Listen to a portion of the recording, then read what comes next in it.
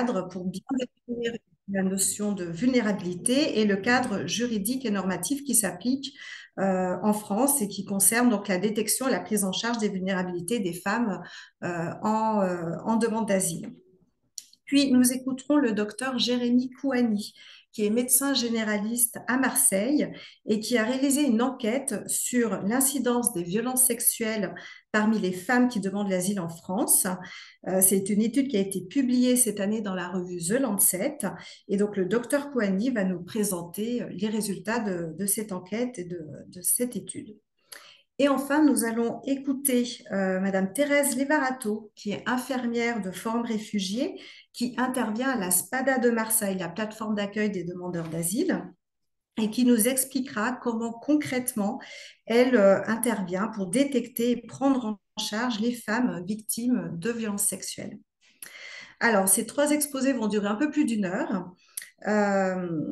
Et ensuite, on aura un temps d'échange avec vous, les participants qui êtes là aujourd'hui. Donc, vous pouvez poser vos questions d'ores et déjà dans l'onglet questions-réponses et nous poserons ces questions aux intervenants donc à partir de 13h30, 13h40 et nous terminerons à 14h30. Donc nous, au centre de documentation, nous avons aussi préparé de la documentation utile qu'on va vous proposer dans le chat. Il y aura une bibliographie de ressources et de lectures sur les vulnérabilités des demandeurs d'asile, et puis un document qu'on a appelé Contact utile pour trouver des associations en région pour vous aider à accompagner les femmes victimes de violences. On va mettre également dans le chat les plaquettes de présentation de notre service documentation de Forum Réfugiés et la plaquette du service formation, parce que Forum Réfugiés organise des formations. Il y a des formations sur les vulnérabilités des demandeurs d'asile. Donc, on va vous mettre ces plaquettes dans le chat ainsi que des liens vers les sites Internet. Voilà, je donne tout de suite la parole à Cécile.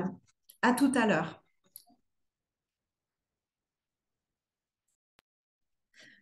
Bonjour à tous. Euh, je vais vous partager mon écran.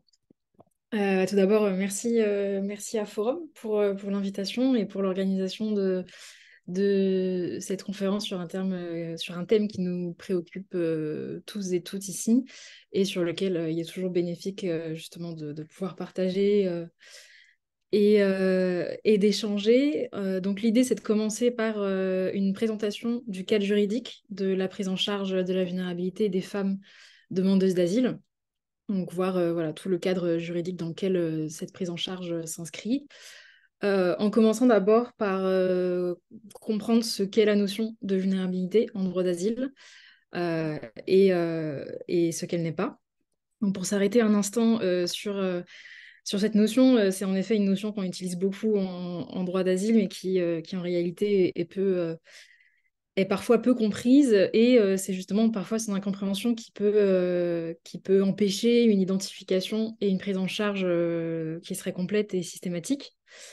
Donc, pour comprendre ce qu'elle est, il faut d'abord comprendre ce qu'elle n'est pas en la distinguant de sa signification dans le langage commun ou dans le langage courant, où elle ferait référence à une fragilité générale de la personne qui peut parfois lui être considérée comme lui étant intrinsèque et sans nécessairement avoir identifié donc de sources de cette vulnérabilité. Donc à cette idée de la vulnérabilité doit se distinguer, doit se distinguer ce qu'elle est dans l'asile,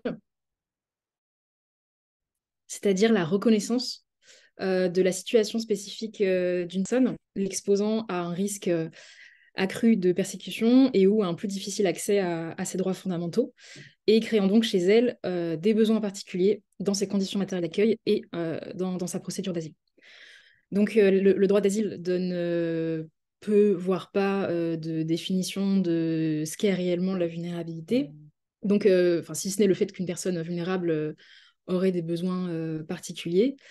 Mais voilà, si on veut faire ressortir une définition, on pourrait considérer que la notion de vulnérabilité renvoie à ça.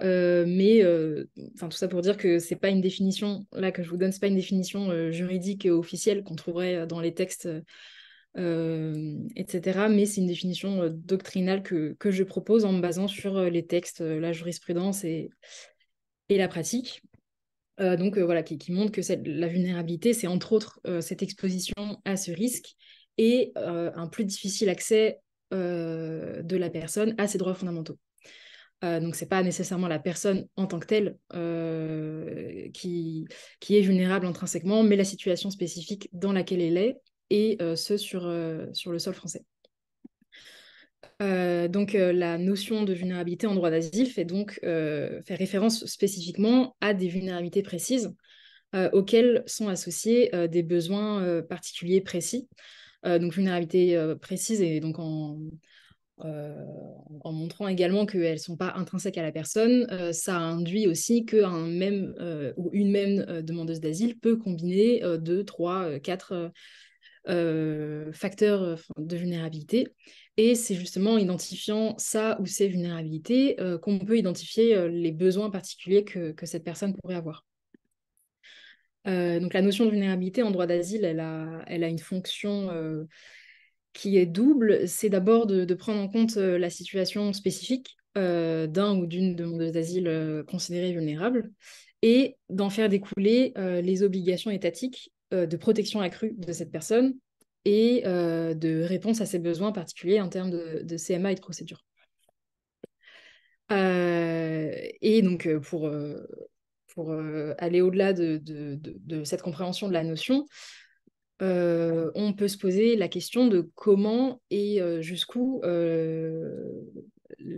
la prise en compte de la vulnérabilité, notamment des demandeurs d'asile, donc ce qui nous intéresse aujourd'hui, est-elle une obligation pour les États? Donc cette question nous évoque aussi directement le fait que, vous le savez tous aujourd'hui, nous sommes dans des jours très sombres au niveau français, au niveau européen. Mais c'est d'autant plus justement important de savoir d'où on part, quel cadre juridique protecteur existe actuellement, quelles obligations ont les États, dont la France. Et connaître ce cadre juridique de départ permet de comprendre par extension à quel point les évolutions juridiques actuelles peuvent aller à contresens des obligations européennes. Et même en dehors de ça, connaître ce cadre juridique, ça permet aussi d'identifier le potentiel écart entre le droit, donc ce qui prévoit dans la prise en charge des vulnérabilités, et la réalité que l'on connaît, et de voir les potentiels leviers qui existent déjà dans le droit. Parce que voilà, on a un véritable cadre juridique qui oblige à la détection et à la prise en charge des demandeurs et ici des demandeuses d'asile vulnérables. Donc cette obligation, on pourrait dire qu'elle se divise implicitement sous deux grands aspects, avec d'abord l'idée de protéger les droits fondamentaux des demandeuses d'asile exposées à des persécutions sur le sol français, et aussi, et pas des moindres, de rendre effectif leur accès au droit d'asile et à la procédure. Et donc la mise en place d'adaptation des CMA et de la procédure cherche justement donc à protéger leurs droits fondamentaux, à les protéger des persécutions qu'elles pourraient subir sur le sol français, et à rétablir un égal accès à la procédure pour ces personnes, pour ces demandeuses d'asile vis-à-vis du reste des demandeurs. Donc, pour vous présenter, ce cadre juridique, les juristes le connaissent sûrement déjà, mais pour les autres, pour faire simple, on a le REC, donc qui est le régime d'asile européen commun, qui se compose donc notamment de la directive qualification, de la directive procédure, de la directive accueil et du règlement Dublin. Donc, qui sont voilà, un ensemble de textes de l'Union européenne auxquels les États sont soumis et donc qui ont été revus notamment au début des années 2010. Et donc chacune de ces directives, chacun de ces textes comporte des prises en compte des vulnérabilités, notamment liées au genre. Et donc si on veut présenter quelques exemples de droits et de garanties prévues dans le RAEC et dont doivent bénéficier directement ou indirectement les demandeuses d'asile. On pourrait citer, d'abord, voilà, s'attarder un peu sur la directive accueil parce que c'est vrai que c'est celle dans laquelle cette prise en compte voilà, est très, très exposée et très, très explicite. Donc, tout d'abord sur l'adaptation des CMA, avec l'obligation de la prise en compte des besoins particuliers des demandeurs d'asile vulnérables dans les CMA. L'obligation de prendre les mesures appropriées pour prévenir la violence et les actes d'agression fondés sur le genre, y compris les violences et le harcèlement sexuel à l'intérieur des locaux et des centres d'hébergement. Pour continuer toujours dans cette directive, il y a l'obligation des États de former aux besoins des demandeurs des deux sexes et de former les autorités et organisations chargées de l'accueil des demandeurs d'asile. Sur les soins médicaux, il y a l'obligation des États de garantir aux personnes vulnérables des soins de santé mentale appropriés aux demandeurs d'asile vulnérables et de fournir aux personnes victimes de torture ou de violences des soins médicaux et psychologiques adéquats.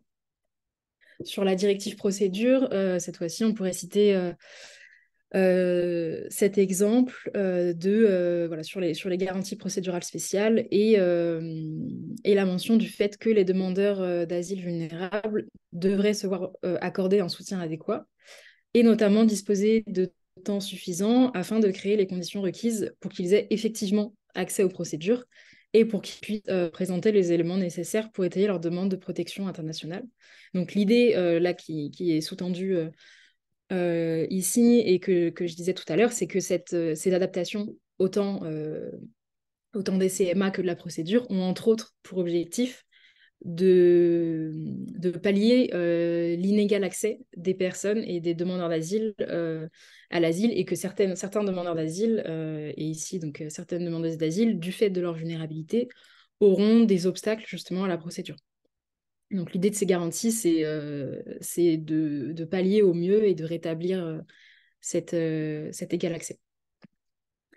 Donc une fois qu'on voit qu'on voit globalement le paysage juridique européen, quid du droit français?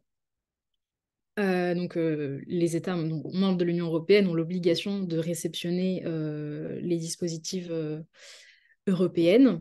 Et cette réception a été faite par en plusieurs temps, à commencer surtout par la loi de 2015, qui a intégré de nombreuses mesures dans le CESEDA, et la réception s'est prolongée aussi par le plan vulnérabilité de 2021. Et, euh, et donc, si on veut voilà, prendre encore quelques exemples de droits et de garanties, donc cette fois-ci prévus dans le CESEDA, dont doivent bénéficier encore une fois directement ou indirectement les demandeuses d'asile vulnérables, on pourrait citer tout d'abord l'obligation de l'OFII de procéder à une évaluation de la vulnérabilité afin de déterminer le cas échéant ses besoins particuliers en matière d'accueil. Donc encore une fois, l'identification d'une vulnérabilité spécifique a pour objectif de comprendre qu'une personne est dans une situation délicate et vulnérable d'une manière générale, mais surtout d'identifier spécifiquement quels sont ses besoins pour justement pallier au mieux à cette vulnérabilité. Également, la possibilité cette fois-ci pour l'OFPRA, pendant toute la procédure d'instruction de la demande, de définir ou de redéfinir les modalités d'examen nécessaires d'une vulnérabilité. Sur plusieurs aspects qui peuvent être multiples, mais voilà, c'est cette possibilité en tout cas d'adapter la procédure aux différentes vulnérabilités qui peuvent être vécues par les demandeurs ou demandeuses. Et notamment donc l'obligation, cette fois-ci pas la possibilité, mais l'obligation pour l'OFPRA de classer ou de reclasser les demandeurs d'asile vulnérables en procédure normale et en procédure accélérée. C'est-à-dire à partir du moment où une personne ou un demandeur ou une demandeuse a été identifié comme vulnérable et que cette vulnérabilité euh, une vulnérabilité est incompatible avec les conditions d'une procédure accélérée, l'OFPRA a l'obligation soit de classer ou alors de reclasser, si ce n'était pas le cas, en procédure normale, même si les conditions de dépôt de la demande par la personne auraient dû normalement la placer en procédure accélérée. Donc ça encore, on sait par la pratique, etc., que c'est plus compliqué que ça, mais là, on présente en tout cas le cadre juridique qui existe aujourd'hui. Pour continuer toujours sur les possibilités ou les obligations de l'OFPRA, il y a la possibilité pour le demandeur de choisir le sexe de l'agent de l'office et de l'interprète pour son entretien. Donc, c'est particulièrement parlant pour les demandeuses d'asile qui ont été victimes de persécutions et pour lesquelles faire part de leurs difficultés à un interprète ou à un office de protection qui serait des hommes peuvent être un réel obstacle. Et donc, encore une fois, comme on disait, ne pas lui permettre un égal accès à la procédure du fait de sa vulnérabilité. Il y a aussi, toujours sur le point de l'entretien, la possibilité de la présence d'un tiers, donc que ce soit un avocat ou une association qui serait habilitée justement à être présente lors des entretiens à l'OFPRA, et ceux donc, qui doit être justifié auprès de l'OFPRA comme s'expliquant du fait de la vulnérabilité de la personne.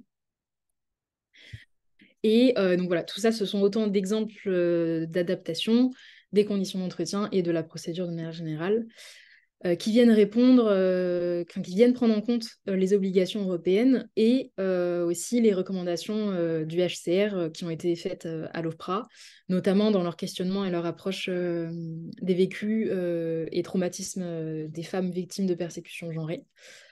Donc, recommandations qui passent par énormément de supports, que ce soit les recommandations du HCR d'une manière générale ou les contrôles qualité qui sont émis.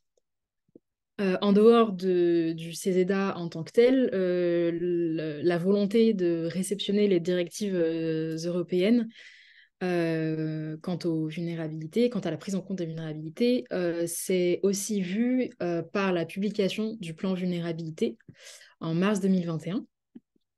Donc, il s'appelle aussi 10 actions pour renforcer la prise en charge des vulnérabilités des demandeurs d'asile et des réfugiés, qui a pour double objectif de mieux repérer et de mieux protéger les demandeurs d'asile et réfugiés vulnérables. Donc voilà, c'est un plan qui montre largement cette volonté de davantage prendre en charge cette question en traitant les principaux obstacles, en identifiant et en traitant les principaux obstacles à l'identification et à une prise en charge complète et surtout systématique des demandeurs d'asile vulnérables. Et parmi les groupes de demandeurs d'asile qui sont particulièrement visés par ce plan, on a donc le groupe de personnes qui nous intéresse particulièrement aujourd'hui, donc c'est-à-dire les femmes demandeuses d'asile et là qui seraient donc victimes de violences sexuelles et sexistes. Donc ce plan se découpe en 10 actions qui elles-mêmes se regroupent dans les deux objectifs qu'on a nommés.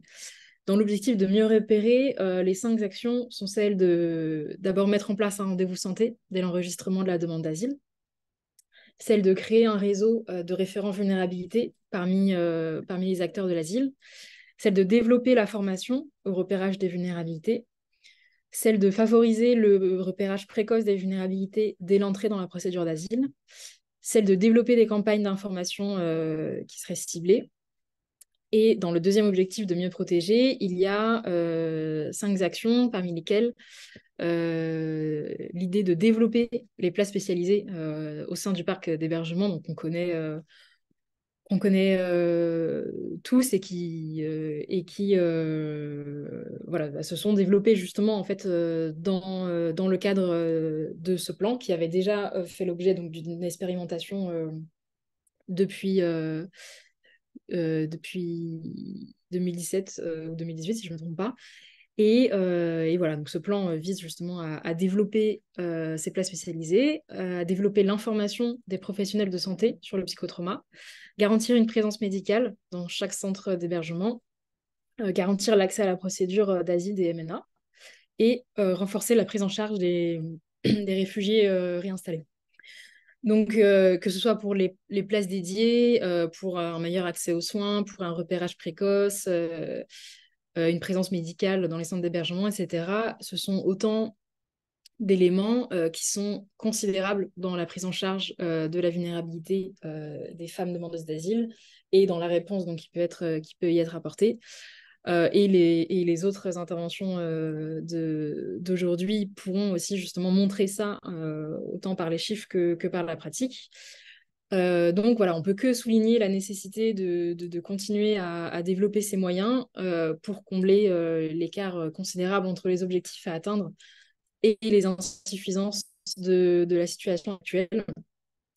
Et ce en autant que, enfin, justement, face à la hauteur de cette vulnérabilité, on peut que souligner le fait que la réponse à cette particulière vulnérabilité se joue à toutes les échelles, locales, régionales, mais surtout nationales, et à tous les stades de la procédure, avec l'importance justement que chacun des maillons enfin, l'importance de chacun des maillons de cette chaîne.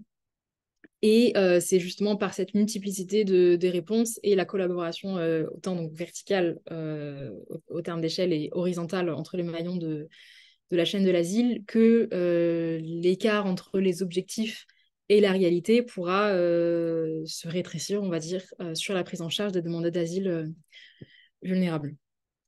Donc voilà, le début de réception en France des mesures européennes est à souligner et doit se poursuivre et se hisser doit hisser la protection de ces femmes à la hauteur de leur vulnérabilité. Mais dans ce cadre, on peut aussi avoir des craintes que ça soit pas toujours la volonté actuelle affichée, surtout avec la nouvelle loi qui nous inquiète tous. Et surtout, voilà, en s'inquiétant des effets redoutables sur la précarisation qu'elle pourra avoir sur la précarisation des demandeuses d'asile et des femmes migrantes d'une manière générale. Parce que voilà, avec cette possibilité de spécifiquement affecter des personnes particulièrement vulnérables compte tenu de la nature des prestations sociales qui sont ici concernées. La défenseur des droits avait justement publié un avis sur la question le mois dernier concernant l'état des propositions du Sénat sur cette loi. Donc voilà, qui prévoit aujourd'hui donc un renforcement des outils coercitifs concernant donc, tous les étrangers, on le sait, mais ce quel que soit le degré de menace représentée et surtout quel que soit le degré de vulnérabilité. Euh, et donc qui peuvent faire naître cette crainte que ces dispositions voilà, affectent plus significativement certaines catégories, dont les femmes migrantes. Et une des mesures fait notamment, enfin, tristement écho à tout ce qu'on vient de dire jusqu'ici, qui prévoit que l'OFII serait maintenant, a priori, obligé de refuser ou de retirer les CMA dans les cas où ce n'était avant qu'une possibilité pour l'OFII. Et dans ce retrait ou ce refus de CMA, l'OFII avait l'obligation de prendre en charge, enfin de prendre en compte les vulnérabilités. Sauf que du coup, cette nouvelle disposition rend difficile de voir comment la vulnérabilité pourra être prise en compte quand on réduit justement la marge de manœuvre de l'OFII. Et voilà, c'est également difficile de voir la compatibilité de toutes ces nouvelles mesures avec les obligations européennes qu'on a présentées.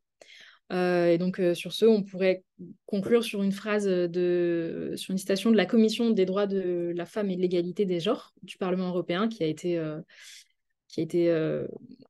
émise en 2016 qui dit que la pression exercée sur les régimes d'accueil des demandeurs d'asile ne doit jamais excuser l'incapacité des États membres à protéger les femmes contre la violence et les demandeuses d'asile ne doivent pas subir un régime de deux poids, deux mesures. Elles doivent avoir les mêmes droits que les autres victimes de violences à caractère sexiste. Et sur ce, je vous remercie. Merci beaucoup, Cécile. Merci de nous avoir éclairé et reposé le cadre sur la prise en compte des vulnérabilités dans les politiques publiques. Je vais tout de suite donner la parole au docteur Kouani qui exerce à Marseille et qui a pu constater les vulnérabilités spécifiques des femmes demandeuses d'asile et qui va nous présenter donc son Mm. étude. C'est à Oui, vous. merci à Forum, merci à Cécile. Alors, justement, pour faire le lien avec la dernière diapo, effectivement, merci beaucoup pour l'intervention. Ça repose un peu le cadre juridique. Et je ne sais pas ce que vous en pensez, hein, c'est une idée que je vous partage avant mon préambule. Mais peut-être que ce qui fait démocratie, c'est aussi le fait qu'on est un état de droit avec un cadre et aussi peut-être potentiellement de prendre des décisions publiques appuyées par des données vérifiées et vérifiables et des informations robustes et non erronées. Donc, Cécile a présenté le cadre. Je vais vous parler de certaines données. Alors, ça, c'est un petit spoil pour ce que je vais vous parler. Hop, voilà. Donc, le projet Ainsi d'avis, donc moi, oui, vous m'avez présenté, oui. Jérémy Coigny, médecin généraliste à Marseille. Le projet Ainsi d'avis, dont l'objectif était de s'intéresser aux violences sexuelles subies dans le pays d'accueil par les demandeuses d'asile. Alors, premièrement, ce projet, on l'a fait, euh, on a réussi à le faire, on a eu l'idée de le faire, notamment parce que on suit et on rencontre des personnes dès leur arrivée sur le territoire français. Donc là, vous avez une photo du camion où on intervient directement à la SPADA dans le cadre de l'action de la passe mobile, dont je vais vous parler rapidement sur la diapo suivante. Et on continue à suivre ces patientes et ces patients une fois l'acquisition de la CSS en ville, dans le droit commun, dans une maison de santé qui participe à l'expérimentation structure d'exercice coordonnée participative de la DGOS, du ministère de la Santé. La deuxième chose intéressante dans cette diapo, enfin très importante même, c'est que ce projet, il est collectif, que je prends la parole, mais qu'on on serait pas là, on n'aurait pas réussi à faire tout ça sans l'implication de toutes les personnes qui, de près ou de loin, se sont impliquées et continuent à s'impliquer dans ce projet. Donc sur la passe mobile, je suis obligé de dire un mot parce que le projet est né de ça, mais je vais passer rapidement parce qu'ensuite Thérèse en parlera. C'est une action d'aller vers. Donc, on a un camion et on se déplace là où les populations sont. Donc, directement à la plateforme d'accueil demandeurs d'asile de Marseille. Et qu'est-ce qu'on fait? On propose une prise en charge pluridisciplinaire précoce. Et en fait qu'est-ce qu'on fait? On répond au cadre qu'a présenté Cécile Pierre, que vient de présenter Cécile Pierson. C'est-à-dire que le cadre, c'est que normalement, les personnes doivent avoir une prise en charge précoce. Et du coup, on essaye de la proposer. Donc, une prise en charge pluridisciplinaire précoce, donc médecin, infirmière, assistante sociale, avec possibilité de réaliser des premiers examens complémentaires et une délivrance de traitement. Et la réalisation de ces premiers examens complémentaires, bilan sanguin, radiographie standard et délivrance de traitement, permettent un suivi jusqu'à l'acquisition de la CSS. Et ça, c'est très important, puisqu'en fait, on ne se contente pas juste d'orienter les personnes quand on a identifié un problème, mais on est en capacité de les suivre, ce qui rationalise le parcours de soins, ce qui évite les pertes de vue. Et donc, de ce projet de soins, on a fait une première étude qui a été publiée l'an dernier sur l'état de santé des demandeurs et demandeuses d'asile à l'arrivée sur le territoire français. Les résultats principaux, c'est que les patients de demande d'asile, quand ils arrivent, sont en plus mauvais état de santé que la population générale. Donc, pour prendre uniquement 3 exemples, prévalence du VIH 2 fois plus importante, hépatite B active 10 fois plus importante, 90% de personnes qui arrivent qui ont une symptomatologie anxieuse, dépressive ou de stress post-traumatique. Et les femmes sont en plus mauvais état de santé somatique que les hommes. Alors là, je me permets de faire un petit arrêt sur image sur... Là, vous avez la source de ce que je vous dis. C'est-à-dire que ce que je dis, on peut aller le chercher. Vous pouvez aller le vérifier. et je reviendrai sur cette question. Euh, et donc, du fait de cette activité, nous avons des patientes qui nous rapportent avoir vécu des violences sexuelles enfin, dans leur pays, pendant l'exil et sur le territoire français. Alors, je vais vous rapporter un cas et je mettrai du sens sur ce cas parce que je sais qu'il peut être difficile à entendre, mais je reviendrai à la fin sur pourquoi est-ce qu'on rapporte ça. Donc, Madame B, Guinée-Conakry, elle est née en Guinée-Conakry, on la suit encore. On lui a cloisonné, enfin, en Guinée-Conakry, son orifice vaginal a été cloisonné à l'âge de 7 ans. Elle a ensuite elle a été forcée à subir un mariage forcé. Lors de ce mariage forcé, il a fallu qu'elle subisse une deuxième mutilation sexuelle. On lui a réouvert l'orifice vaginal. Elle a été contentionnée à un lit et forcée à subir des viols jusqu'à tomber enceinte. Elle a 3 enfants issus de ces viols. Elle fuit son pays. Elle arrive en France. On la suit, du coup, comme je vous disais, à la passe initialement, puis dans le droit commun et à la maison de santé encore actuellement. Elle a des maladies somatiques et mentales issues de ces violences. Juste, il y a l'hélicoptère du SAMU qui passe. Vous m'entendez bien ou pas? C'est bon? Ok, ça va. Elle nous rapporte avoir subi du chantage et des violences sexuelles en France. Elle bénéficie d'une reconstruction vulvaire en France en 2023. Et là, la photo, elle a été prise. Il y a eu un reportage du HCR. Elle a été prise. La consultation, le motif de consultation initiale, c'est son fils, là, que vous apercevez, qui subit du harcèlement scolaire à l'école.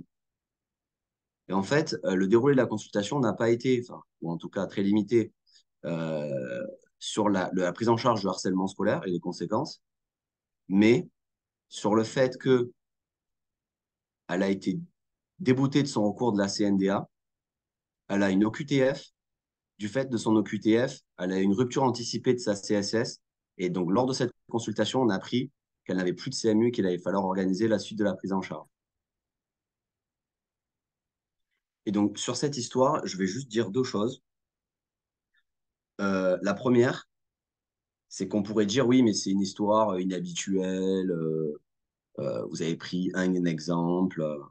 Ben, justement, nos chiffres sur lesquels je vais revenir, ils montrent que c'est pas inhabituel et c'est ce qu'on voit tous les jours et toutes les semaines. La deuxième, c'est que du coup, Madame B, elle a une OQTF. Et au jour d'aujourd'hui, et de ce qu'on entend, dans quelle catégorie on la met? Ou plutôt, ils la mettent. C'est l'immigration clandestine, du coup? Est-ce que l'efficacité d'une politique publique, c'est d'exécuter cette OQTF?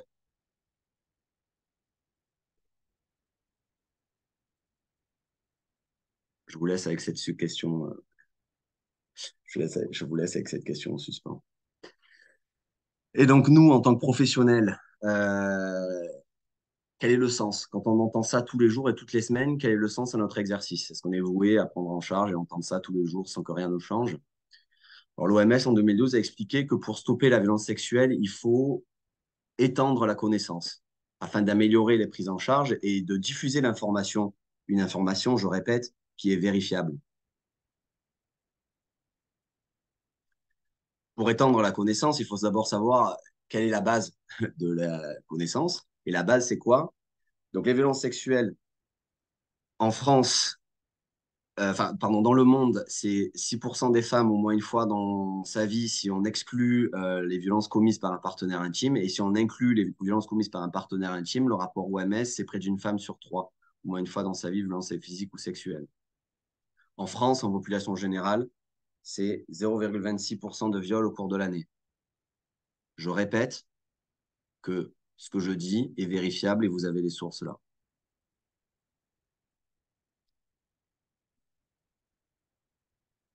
Au niveau de l'asile, on est à plus de 800 000 demandeurs d'asile en Europe, près d'un tiers de femmes, plus de 40 000 nouvelles demandeuses d'asile en France.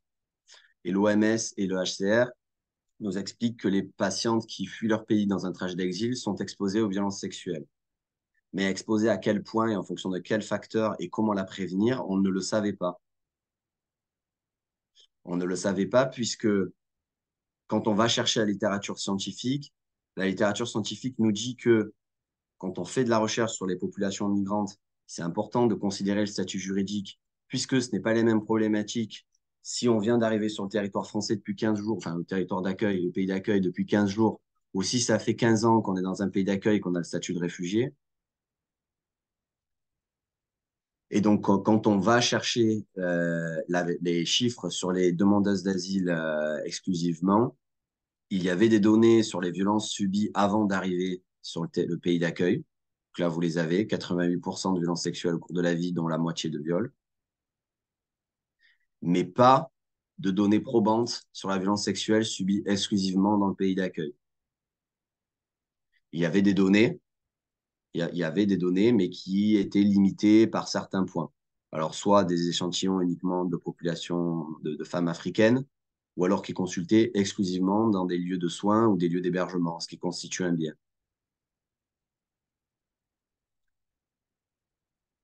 Du coup, notre question de recherche, elle s'est focalisée sur les violences sexuelles subies dans le pays d'accueil. Et donc, c'est la suivante. Quelle est l'incidence des violences sexuelles subies en France au cours de l'année par les demandeuses d'asile récemment arrivées? Cette étude, elle est publiée. Vous l'avez là, vous avez la référence ici. Et dans cette publication, il y a des éléments de méthode. Je vais vous présenter les éléments de méthode, mais avant de revenir sur les éléments de méthode, je vais juste sortir du PowerPoint rapidement. Et donc, juste vous montrer que si jamais vous allez vous écouter ça, 73% des Français ex-immigrés et étrangers ne doivent pas avoir les mêmes droits sociaux et que 73% des Français sont favorables à la loi immigration. Si vous allez chercher la source, alors déjà, bon courage pour la trouver. Et on nous parle de l'Institut CSA. Et quand on va dans l'Institut CSA et qu'on tape immigration, ben, il n'y a pas de trace de ce sondage.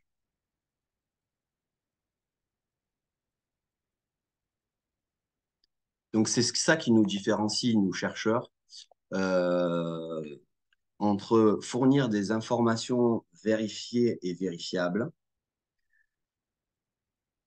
de un sondage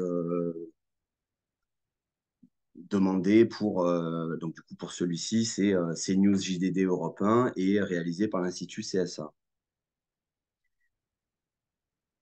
Et donc, quid d'une prise de décision qui se base sur ces données non vérifiables? Donc, je reviens à notre enquête méthodologie. C'est une étude de cohorte rétrospective des femmes demandeuses d'asile recensées depuis plus d'un an et moins de 2 ans par l'OFII. Et donc, du coup, je remercie encore une fois, on n'aurait jamais réussi ce projet sans l'OFII qui s'est impliqué, qui s'est grandement impliqué, puisque c'est l'OFII qui a réalisé ce recensement et qui ont posté 3 personnes à temps plein pour y arriver. Et pour demander si les personnes étaient d'accord de participer, nous transmettre les coordonnées si c'était le cas. Donc voilà, je pense que c'est important de le rappeler. On a bénéficié d'un soutien important de l'OFII et du coup du ministère de la Santé, puisqu'on a bénéficié d'un financement de 50 000 euros par le biais d'appels à projets régionaux de s'entraîner. C'était des questionnaires qui étaient hétéro-administrés, qui s'inspiraient largement de l'enquête Virage pour ceux qui connaissent, qui fait référence en population générale sur les violences sexuelles. Et on a analysé les facteurs associés. Les résultats, on a pu inclure 273 femmes, ça représente 20% de la population en source, de l'ensemble des femmes. La plupart, en fait, étaient injoignables avec des 896, on avait des numéros de téléphone qui étaient erronés. Et donc, premier résultat sur lequel il faut vous retenir, je pense, c'est que plus d'un quart n'ont bénéficié d'aucune aide pour l'hébergement. Donc, plus d'un quart n'ont bénéficié d'aucune aide pour l'hébergement. Et en revanche, pour ceux qui sont des acteurs du DNA et des professionnels qui sont impliqués dans le DNA, la moitié, et plus de la moitié, est hébergée par le DNA. Pour les Docteur restants. Poigny, je vous interromps, docteur. Ouais. Repartagez votre PowerPoint, qu'on voit bien votre support. Ah mince. Ah oui, j'ai fait une digression sur CSA et du coup, vous avez perdu le truc. Ouais. Donc, ça, vous l'aviez vu? Non, mais bon, au moins vous l'avez. Voilà. Donc, c'était la diapo associée à ce que je vous disais, les éléments de méthode. Et donc, voilà, les éléments de résultat. Donc, plus d'un quart n'ont bénéficié d'aucune aide pour l'hébergement. Et pour les restantes, celles qui ont bénéficié d'une aide pour l'hébergement, la moitié était hébergée par le DNA. Donc, c'est-à-dire qu'en gros, c'est des patientes. Donc, si je m'adresse à des professionnels qui sont dans des CADA, CAES, etc., UDA, ben, en fait, il y en a la moitié qui sont dans vos lieux d'hébergement. Il y en avait plus de 68% qui avaient subi un viol avant d'arriver en France, ce qui participe, j'y reviendrai, à une banalisation du viol et des violences sexuelles, c'est-à-dire que c'est la norme pour ces femmes de subir une violence et un viol. Et plus de 40% ont vécu des mutilations sexuelles avant d'arriver en France. Pour ce qui est de notre résultat principal et objectif principal, donc plus d'un quart avaient subi des violences sexuelles au cours de l'année et près de 5%, pardon, près de 5% avaient subi un viol au cours de l'année. C'est 18 fois plus que les 0,26% que je vous ai donné en population générale. Un autre résultat, c'est que près d'un tiers ont subi du chantage sexuel en France au cours de l'année. Le chantage sexuel, on l'a défini comme le fait d'une proposition d'hébergement, de nourriture, de vêtements en échange de relations sexuelles.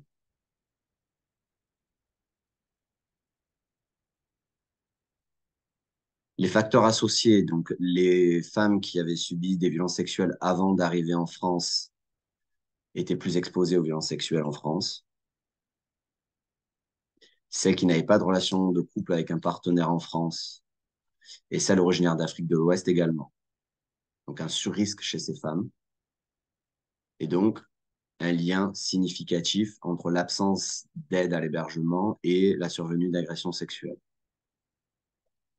Donc les 4 facteurs associés sont violence sexuelle avant d'arriver, absence de partenaire de couple en France, origine géographique d'Afrique de l'Ouest, manque d'accès à l'hébergement. Dernière diapo de résultats, plus de la moitié, c'est ce que je vous disais, en fait, la banalisation, plus de la moitié n'a sollicité aucune aide suite aux violences subies. Et 9 sur 10 avaient consulté un médecin au cours de l'année, mais moins d'une sur 10 sollicitent les services de soins lors de la survenue des violences. Et donc, je vais juste faire un petit. Je m'avance un peu parce qu'en fait, on est en train d'analyser qualitativement. Notre enquête, elle continue et on est en train d'analyser qualitativement les récits de ces femmes et notamment les récits liés au parcours de soins et aux violences sexuelles. Et donc, en fait, un des résultats, c'est que initialement, elle banalise ces violences sexuelles et en fait, elle ne voit même pas pourquoi elle consulterait. Mais ça peut changer, j'y reviens dans les solutions.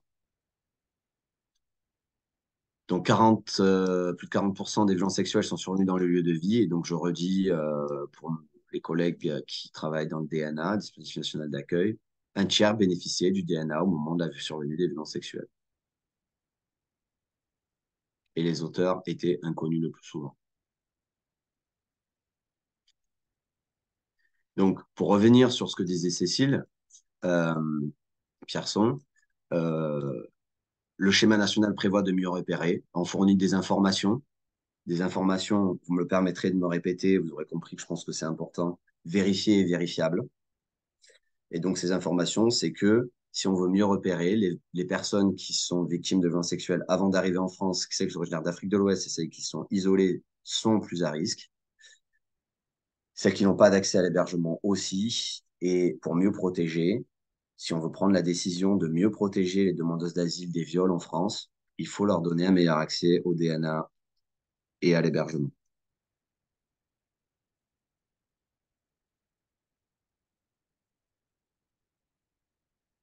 Concrètement, on en vient aux pistes de solutions. Donc, ouvrir un espace de parole, rompre la banalisation, rompre l'isolement, être identifié comme ressource. Ces femmes, on vous l'a dit, il y en a moins d'une sur 10, il y a plus de la moitié qui ne sollicitent zéro aide, aucune aide, et donc être identifié comme ressource. Proposer un espace de parole. Si vous voulez qu'on en parle, on en parle. Si vous voulez qu'on n'en parle pas, on n'en parle pas. Pas forcément dès le premier contact, pas forcément systématiquement, ou en tout cas, systématiquement y penser et donc systématiquement l'intégrer dans notre accompagnement. Ça, c'est une première chose. La deuxième chose, c'est de travailler sur des prises en charge communes. Donc, quand je dis commune, c'est quoi? C'est pluriprofessionnel, travailleurs sociaux, soignants, psychologues, médiation commun,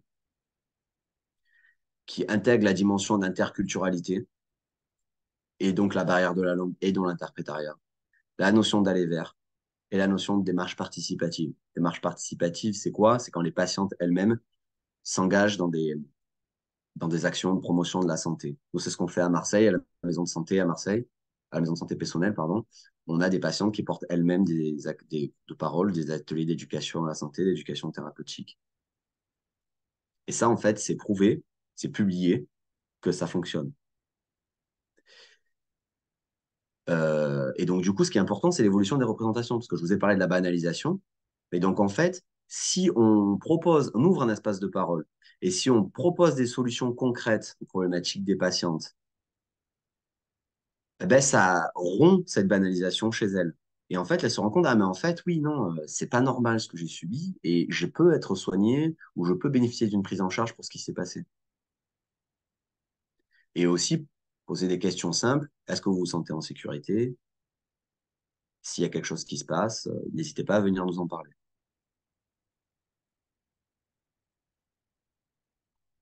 On est en train de, à la maison de santé, donc pour les professionnels, on va publier un protocole de prise en charge des violences sexuelles chez ce public et l'évaluation de ce protocole. Et donc voilà, lien de charge d'accompagnement, on essaye d'adapter le discours aux gens qui écoutent quand on présente l'enquête. Donc bien évidemment qu'on doit travailler tous ensemble sur ces questions. Alors voilà, la puissance publique, c'est pas possible de parler des violences sexuelles sans parler de la responsabilité de la puissance publique. Il y a une surexposition des demandeuses d'asile aux violences sexuelles en France.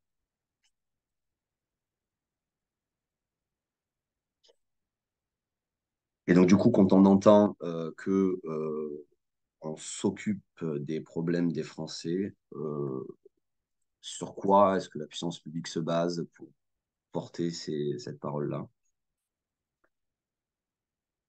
Et donc, il y a plus de la moitié de notre échantillon, pardon, plus de la moitié des femmes africaines de notre échantillon qui étaient excisées.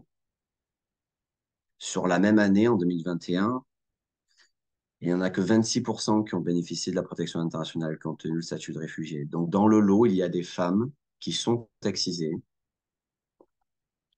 et qui, comme Madame B, bénéficient d'une OQTF. Et donc, encore une fois, je pose la question, ces patientes-là, on les met quoi? On les met dans l'immigration clandestine? Parce qu'elles bénéficient d'une OQTF.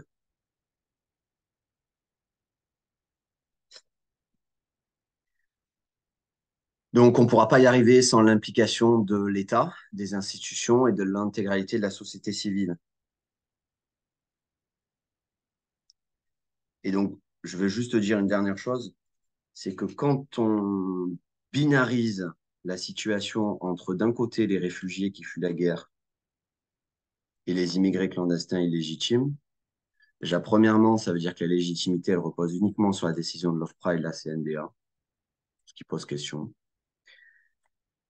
Deuxièmement, je pense que quand on voit ces résultats, quand on entend ces récits, quand on voit l'ampleur du phénomène, je pense que binariser, ça relève au mieux de l'amateurisme et au pire d'une manipulation de l'opinion publique. Et donc la semaine dernière, il y a eu le Forum mondial des Nations Unies où l'ensemble des acteurs mondiaux sont venus, il y a des engagements qui ont été pris, donc on peut y arriver. Il y a des solutions qui existent, on peut y arriver.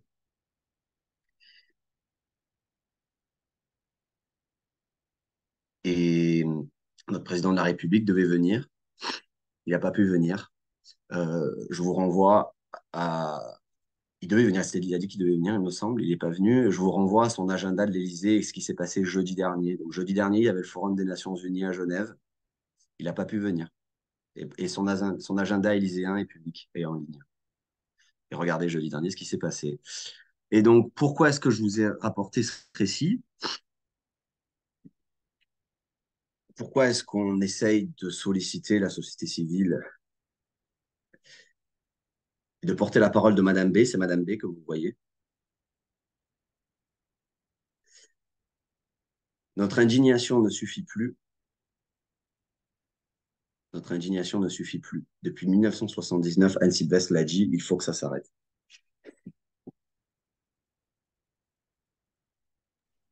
Merci. Merci, docteur Coani.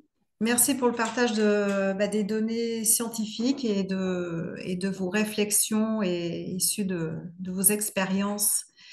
Et on aura l'occasion d'échanger pendant le temps de questions-réponses. Je vais tout de suite donner la parole à Thérèse Levarato qui va nous parler concrètement de son expérience aussi en tant qu'infirmière à la SPADA, donc la plateforme d'accueil de femmes réfugiées à Marseille pour accueillir justement et accompagner les femmes victimes de violences que vous rencontrez à la SPADA. Bonjour et merci, merci Cécile, merci Jérémy pour vos présentations et Forum pour l'invitation aussi. Alors, est-ce que vous voyez?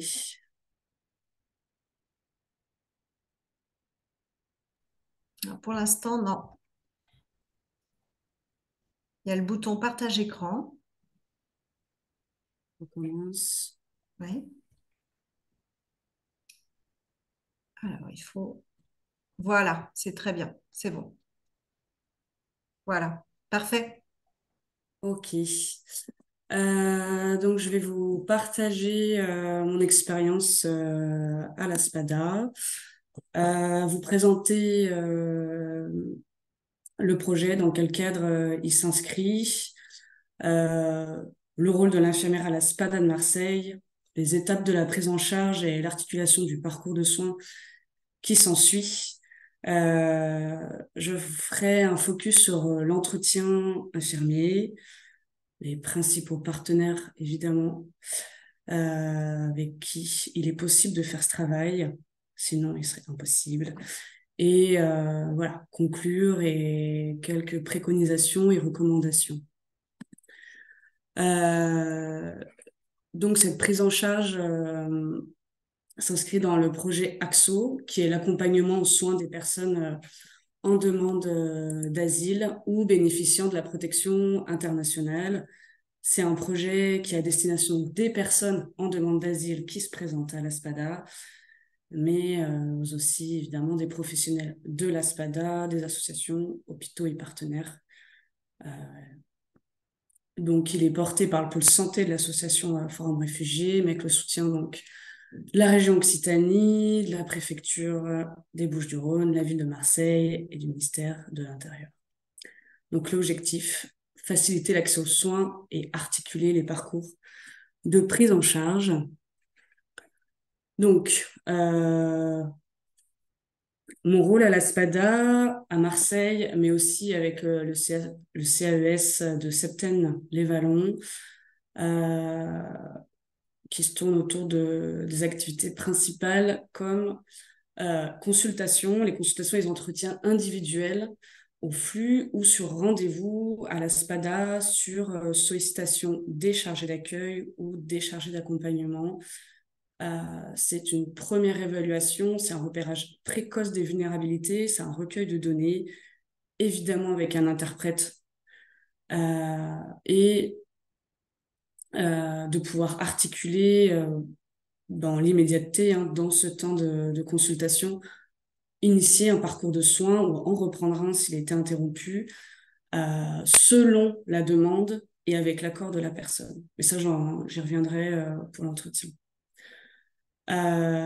L'autre activité, évidemment, c'est celle du suivi. C'est pas juste une consultation et une orientation et ça s'arrête là.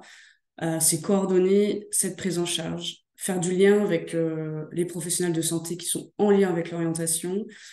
Donc, évidemment, la passe mobile, tout le secteur donc médico, social, associatif et la personne. C'est lui expliquer ce qui se passe, si elle est d'accord, ce qui existe et faire du lien entre les professionnels et la personne concernée. C'est aussi accompagner physiquement au rendez-vous si nécessaire. Ça permet quand même une meilleure collaboration professionnelle et de la femme qui demande l'asile, de la personne qui demande, créer un lien de confiance et permettre voilà, de présenter la personne et la demande initiale et de reprendre ensemble. Et également une activité de co-construction, de co-animation auprès des femmes sous forme de groupe de parole. Je reviens encore sur le travail en partenariat pour le suivi. Donc, c'est vraiment pérenniser la prise en charge, lever les freins s'il y en a, s'ils ont été repérés, pourquoi, comment. Et ça, c'est un travail qui se fait vraiment avec tous les acteurs médicaux et sociaux associatifs. Et pour terminer, et ça c'est toujours en continu, c'est signaler ces vulnérabilités à l'OFII, s'inquiéter des CMA, s'inquiéter de savoir si ça a été vu, repéré, entendu, inscrit. Donc tout ça, c'est participer à une globalité de la prise en charge vers l'autonomie de la personne qui va demander l'asile. Donc, de façon plus ciblée, c'est quand même majoritairement des femmes que je rencontre pendant ces consultations, des femmes qui demandent l'asile en grande précarité et qui sont vulnérabilisées, sans logement, lors des premiers entretiens, primo-arrivantes, elles sont arrivées la veille, l'avant-veille, le mois dernier, avec une difficulté majeure d'accès aux soins, c'est-à-dire qu'il y a et la barrière de la langue, parce qu'elles sont allophones, l'impossibilité de pouvoir lire, écrire. Elles ont subi la saturation de tous les dispositifs qui sont censés accueillir, qui ont été aussi mal accueillants ou ignorant leur statut et elles-mêmes ignorent leurs droits. Associé à une difficulté liée à la mobilité, de se déplacer, on ne peut pas perdre sa place à la rue parce que c'est le risque de ne pas la retrouver ou de se faire repérer. La carence des 3 mois qui fait qu'on ne sait même pas si on a le droit de se faire soigner. On n'a pas de ressources financières. On ne peut pas payer une consultation, on ne peut pas s'acheter des médicaments. On n'a pas de ressources matérielles, humaines, affectives. Ce sont des femmes qui sont dans un état de santé dégradé. En plus de la souffrance qui est liée au psychotrauma du départ, elle est majorée à l'arrivée en France. Donc on a souvent un public qui est complètement dégradé d'un point de vue général, en perte de sens. L'âge, très jeune, quand même entre 18 et 25 ans. Majoritairement, ce sont des femmes qui arrivent de Guinée, de Côte d'Ivoire, d'Albanie, de Turquie, du Nigeria et de la Géorgie, pour qui majoritairement aussi un besoin d'interprétariat est indispensable. Le type de prise en charge qui est proposé pendant cet entretien, le type de prise en charge à demande plutôt, ce sont surtout des situations complexes, donc c'est-à-dire que c'est des femmes qui présentent des pathologies, des antécédents médicaux graves, multiples, qui sont associés à des troubles psychologiques qui sont importants et qui nécessitent une prise en charge pluridisciplinaire, donc médicale, sociale, psychologique, juridique, associative. Voilà. Avec un suivi souvent qui est sur du plus long terme. Donc complexe, ça veut dire que ça réunit des situations qui sont et médicales et psychologiques. Voilà.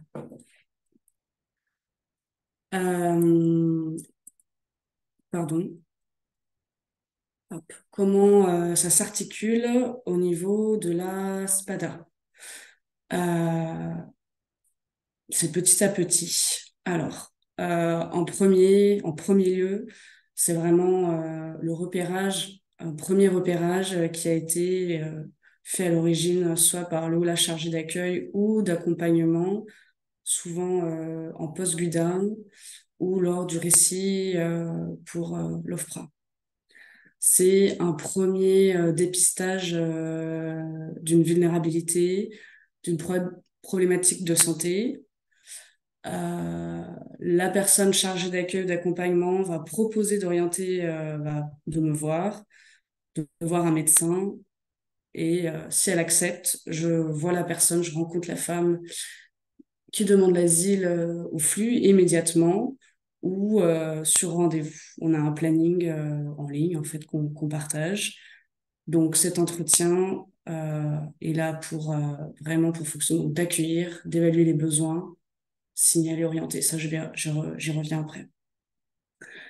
Évidemment, ce travail, il est impossible si la passe mobile n'était pas là et si la passe aussi n'était pas là pour toutes les personnes qui n'ont pas de droits, qui n'ont pas de droits ouverts. Et majoritairement, ce sont des femmes qui n'ont pas de droits. On travaille main dans la main. En général, ils savent qui ils doivent voir. On communique tout le temps sur les motifs d'orientation, avant, pendant et après, jusqu'à ce qu'il y ait quelque chose qui soit en route. Je vais toujours reproposer un entretien à la personne qui va se présenter. C'est un point étape dans le parcours de soins. C'est aussi un point pour aider à la compréhension sur ce qui s'est passé, où on en est, qu'est-ce qu'elle en a compris, et si besoin, d'accompagner la personne à son rendez-vous dans son parcours. Et en fait, jusqu'à ce qu'il y ait quelque chose qui puisse fonctionner. Il n'y a pas de fin de suivi qui est programmée.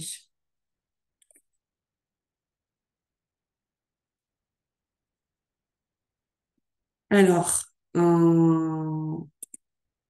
pardon, un focus sur l'entretien infirmier.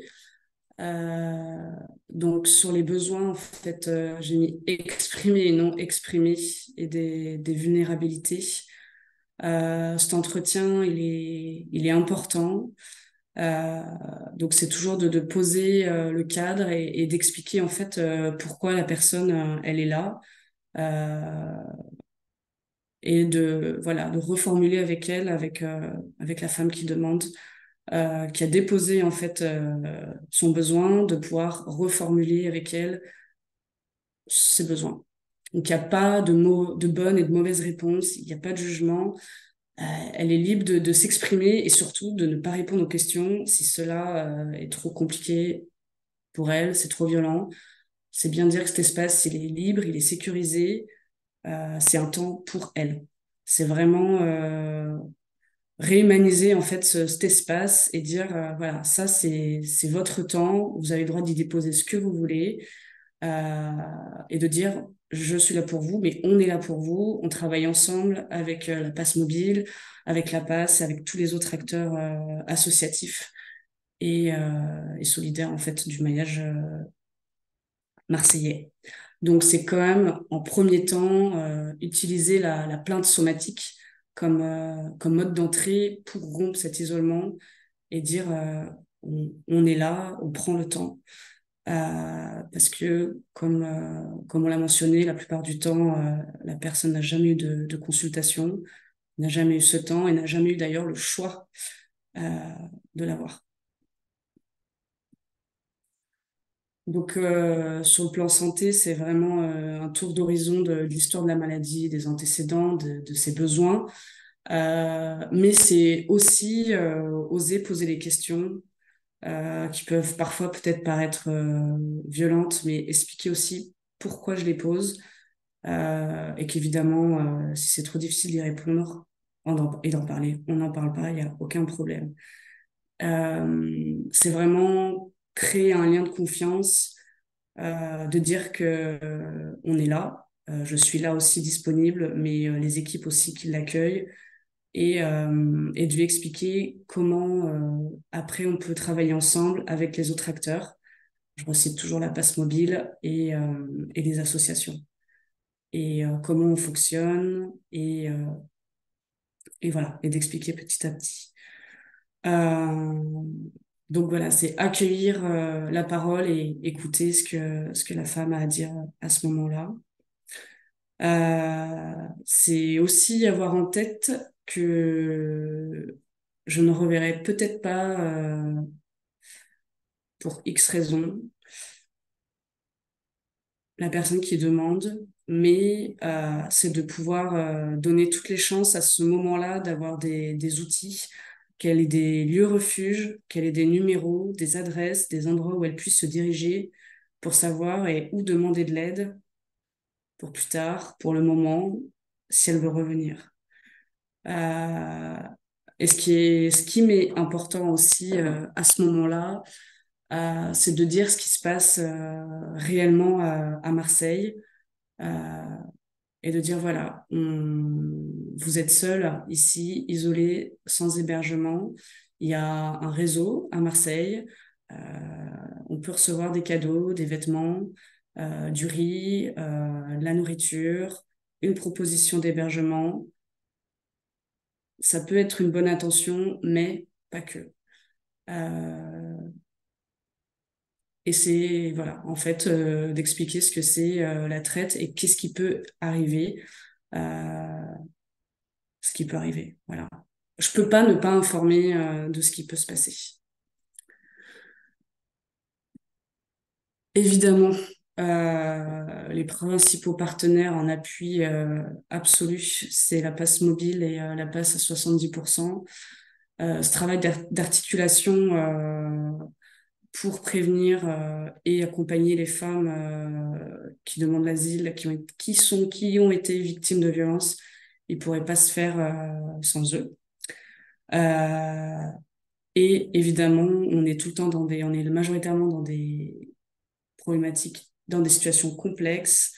Donc, il y a le CPEF, donc le planning familial, le staff médico-psychosocial de l'hôpital Nord, le COMED, l'Amicale du Nid, SOS Femmes 13, et puis sur le plan plus local, il y a aussi absolument la Maison des femmes, l'accueil de jour, femmes et la psychologue aussi du CEGID.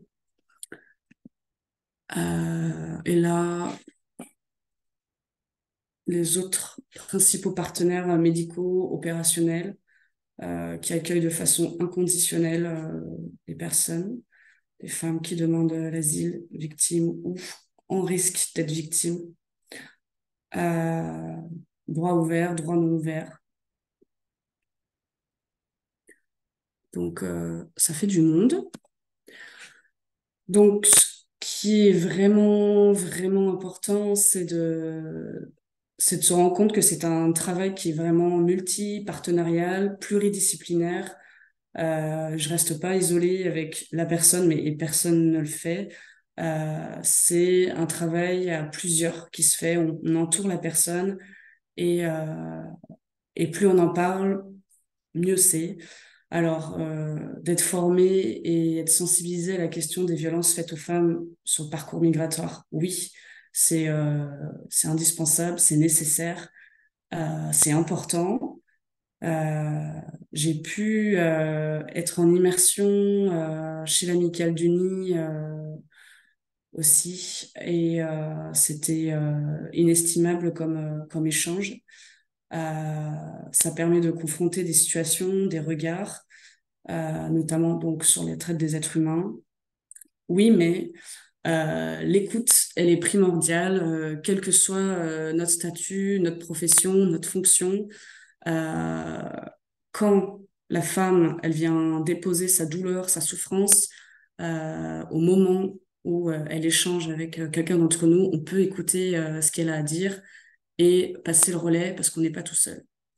Voilà. Et ça, c'est vraiment important. Il faut pouvoir écouter et recueillir la parole à ce moment-là.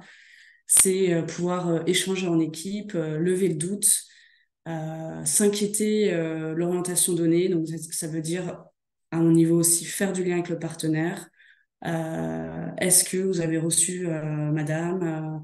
Qu'est-ce qui s'en est dit? Est-ce qu'on peut échanger sur la situation? C'est aussi tout le temps rappeler la personne, faire du lien, garder le contact.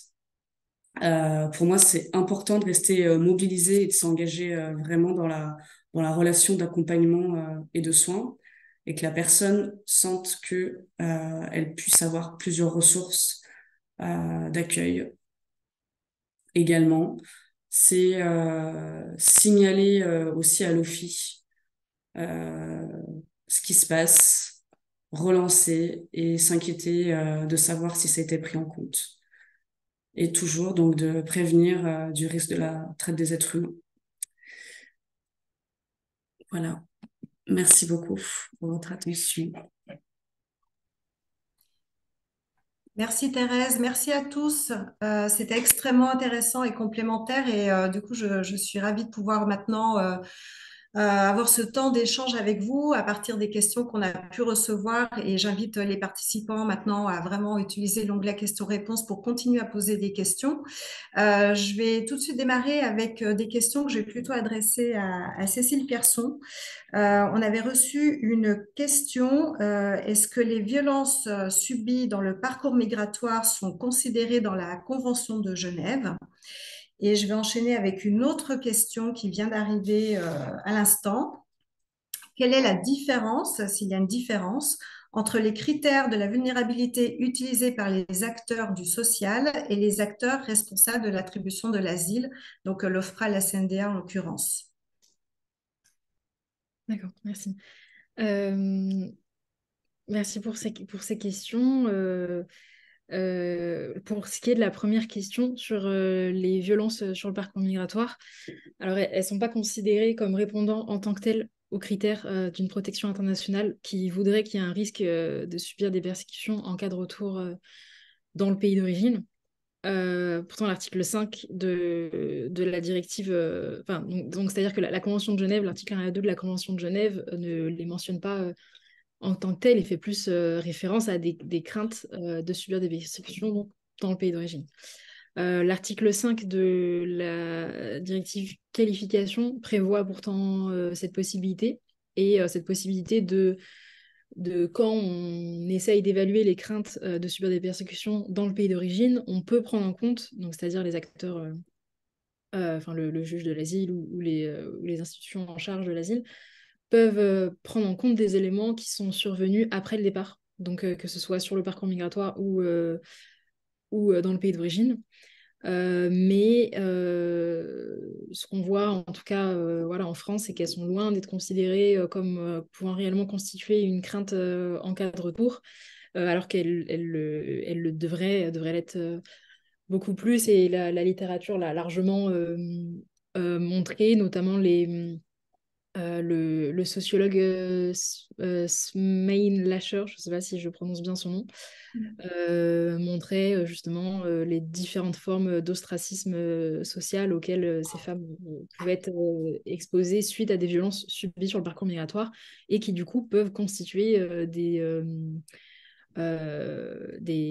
craintes, enfin des sources de crainte de subir des persécutions, autant dans le pays d'accueil par l'éventuelle communauté de son pays d'origine que directement dans le pays d'origine. Donc pour que ça soit pris en compte, en fait, il faudrait réussir à prouver justement qu'il y a un risque en cas de retour dans le pays d'origine. Mais elles ne vont pas être étudiées en tant que telles, et en général, que ce soit l'OFPRA ou la CNDA, ils vont très très peu s'attarder sur ces violences-là, malheureusement. Et pour ce qui était la deuxième question, la différence des critères de vulnérabilité selon les acteurs du social et selon les institutions en charge de l'attribution de l'asile. Si on peut séparer ça en deux catégories, ce serait la prise en compte de la vulnérabilité dans les CMA, si je comprends bien, et aussi dans les garanties procédurales. Et en deuxième point, dans l'identification d'un besoin de protection internationale, donc par l'OFPRA et par l'asile. Donc, dans le premier champ, la prise en compte de la vulnérabilité est bien plus évidente et explicite, on va dire, que dans le deuxième. En soi, les critères de vulnérabilité dans les deux se recoupent largement, mais c'est surtout qu'ils n'ont pas le même objectif pour les acteurs de l'asile ou pour voilà, les CMA d'une manière générale. La question va être de savoir quelle est la vulnérabilité de la personne sur le sol français, quels sont ses besoins particuliers sur le sol français et dans sa procédure et dans ses CMA, etc. Alors que pour les institutions ou les juges en charge de l'identification d'un besoin de protection internationale, la question, ça va être comment est-ce que la vulnérabilité d'une personne, notamment dans son pays d'origine, ou alors aussi dans le pays d'accueil, c'est également possible, notamment dans les cas de traite, comment est-ce que cette vulnérabilité peut jouer justement dans l'attribution, enfin dans l'identification d'un besoin de protection internationale pour cette personne. Donc il n'y aura pas les mêmes, il y aura pas les mêmes objectifs, même si ça se recoupe, largement. Mais voilà, dans l'asile, la vulnérabilité, elle sera prise en compte que dans l'appréhension des craintes que peut subir la personne dans le pays d'origine. J'espère que ça a répondu aux questions. Ah, je crois que ton micro Bon, est... ouais. Merci. Merci Cécile. Je vais adresser des questions au docteur Coani et Thérèse Levarato aussi, parce qu'on est sur, pour le coup, une prise en charge thérapeutique. Et de toute façon, quoi qu'il arrive, n'hésitez pas vraiment à intervenir et compléter aussi sur les questions et les réponses qui sont abordées par vous. Alors, je vais poser 3 questions. Docteur Coani, vous avez parlé de démarches participatives par les femmes victimes de violences, ateliers, groupes de parole. Comment cela s'organise? Est-ce que vous avez des exemples? Une autre question, comment les pratiques thérapeutiques somatiques telles que le yoga, par exemple, peuvent accompagner au mieux les femmes migrantes victimes de violences sexuelles? Et une troisième question, justement sur la prise en charge psychologique, à quel moment elle peut intervenir et comment on fait quand on est dans un désert médical.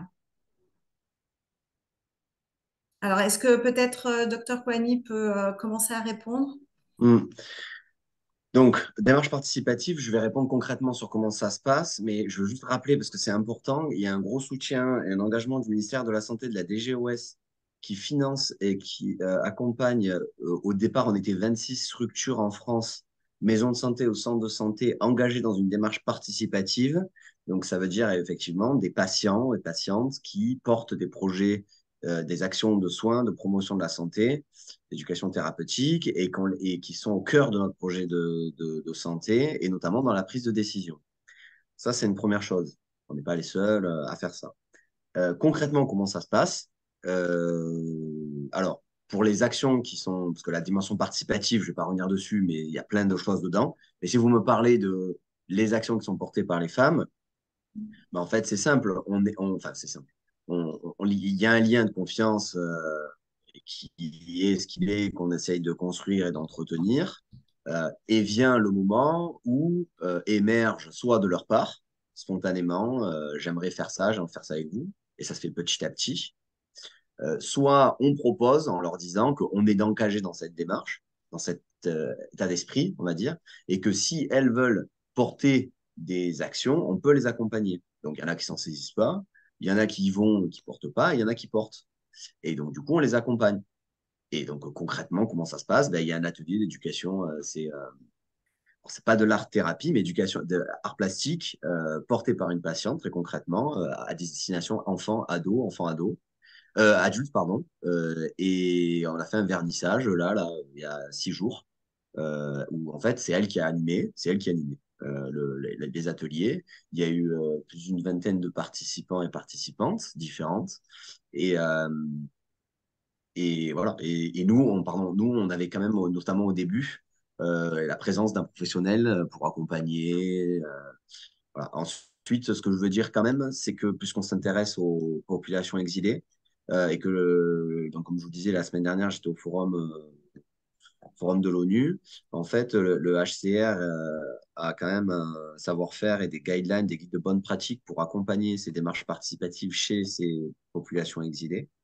Euh, et que, en fait, moi, j'ai rencontré et j'ai assisté à des prises de parole. Il y en avait 300 en tout, mais de nombreux patients, enfin, personnes expertes et experts réfugiés qui ont monté des associations, des entreprises euh, à destination. Par exemple, je rencontrais euh, le responsable de Senga pour l'inclusion sociale, économique, à l'accès au travail, ou alors une entreprise d'accès au service bancaire pour les populations exilées. Donc, tout ça pour dire que, en gros, c'est un état d'esprit global. On propose toujours pareil, on propose aux patients, aux patientes, ils s'en saisissent ou pas. Si on saisit, s'ils s'en saisissent, on les accompagne sur ce vers quoi ils veulent aller. Voilà, là c'était l'art plastique, mais il y en a qui veulent parler de fait, qui veulent faire des groupes de parole. Il y en a qui veulent qui vont peut-être parler de la question de l'excision. Bon, ben, on les accompagnera parce que par définition c'est elles qui décident. Et par contre, ce que je veux dire, si j'ai parlé de la semaine dernière, c'est parce que ça peut aller très loin. Voilà, ça peut aller très très loin. Et voilà. Et ensuite, sur la question du yoga, alors juste le yoga, je peux répondre, mais j'ai pas compris exact comment ça a été défini. Les thérapeutiques somatiques, c'est ça? Alors, la question telle qu'elle, comment les Ouais. pratiques thérapeutiques somatiques, telles que le yoga par exemple, peuvent Alors voilà. accompagner au mieux les femmes victimes En de fait, violences sexuelles. non, mais en fait, voilà, moi je sais pas exactement tout ce qu'on peut intégrer dans la question des pratiques thérapeutiques somatiques, mais de toute façon, bah, je veux dire, le- le- les problématiques sont tellement complexes et multiples que comment ça s'intègre? Ben, ça s'intègre parmi des services qu'on peut proposer ou des thérapeutiques qu'on peut proposer. Les patientes, elles s'en saisissent ou pas. Et si elles s'en saisissent, ça fonctionne ou pas. Et, et voilà, en fait, ce que je veux dire, c'est que ça peut être proposé aux patientes si elles le souhaitent. Enfin, je ne sais pas si je réponds vraiment à la question, mais je pense que c'est pas, je vous dis pas il faut faire du yoga, je vous dis pas il faut pas faire de yoga. Je pense que ça s'intègre dans des propositions parmi d'autres, en fait. Donc voilà. Et après, pour la prise en charge psy, je vais peut-être laisser Thérèse répondre en tant que sur le terrain et tout. Mais juste ce que je veux dire, c'est qu'on a en fait, on va publier là, c'est en train d'être, c'est en relecture par une revue.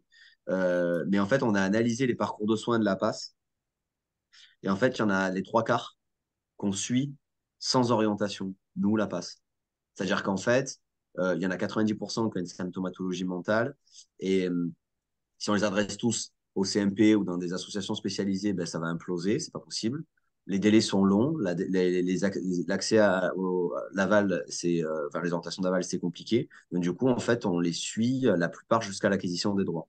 Et donc, ensuite, on peut soit orienter vers droit commun, et donc droit commun, CMP, psychologue ou psychiatre, soit suivre nous et proposer une prise en charge de nous avec des psychotropes. Il y a des patients qui ne veulent pas avoir de psychologue, qui ne veulent pas avoir de psychiatre, qui veulent des psychotropes, ou il y a des personnes qui veulent rien du tout. Et c'est le fait de s'engager dans une démarche participative qui va régler enfin, qui va permettre de proposer des solutions. Mais Thérèse, je te laisse compléter.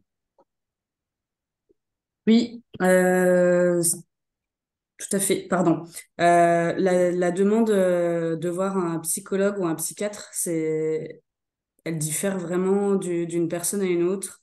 Il y a des femmes qui vont demander spontanément à voir quelqu'un, et d'autres, enfin, je leur propose toujours, en expliquant bien, comme tu dis, Jamie, que les délais sont très, très, très longs, et elles acceptent ou elles acceptent pas. En fait, alors oui, la plupart sont dans des détresses quand même sociales et médicales et psychologiques absolues, mais c'est pas parce qu'il y a cette détresse qu'il y a forcément besoin de voir un psychologue au moment où elle se présente à nous. Il y a une temporalité qui est quand même importante à se saisir. C'est la première fois qu'on se rencontre. On peut pas tout déposer tout de suite.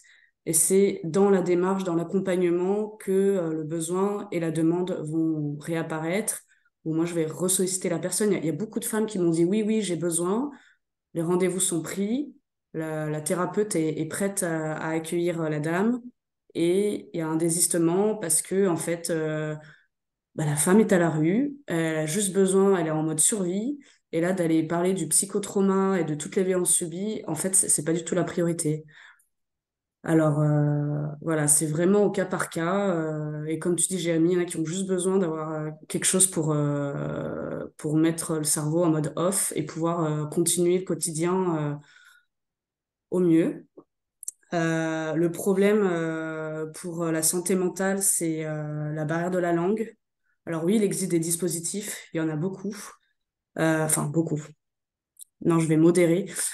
Il en existe, mais il n'y a pas tous les CMP qui sont informés qu'il y a des plateformes de traduction, que c'est un droit qui est inscrit même dans le droit de santé publique, dans la charte même du patient. En fait, même tout, presque, à part la passe, il n'y a aucun secteur hospitalier et de d'urgence psychiatrique qui est informé de pouvoir traduire en même temps que la personne se présente, qu'il n'y a pas d'interprète en fait.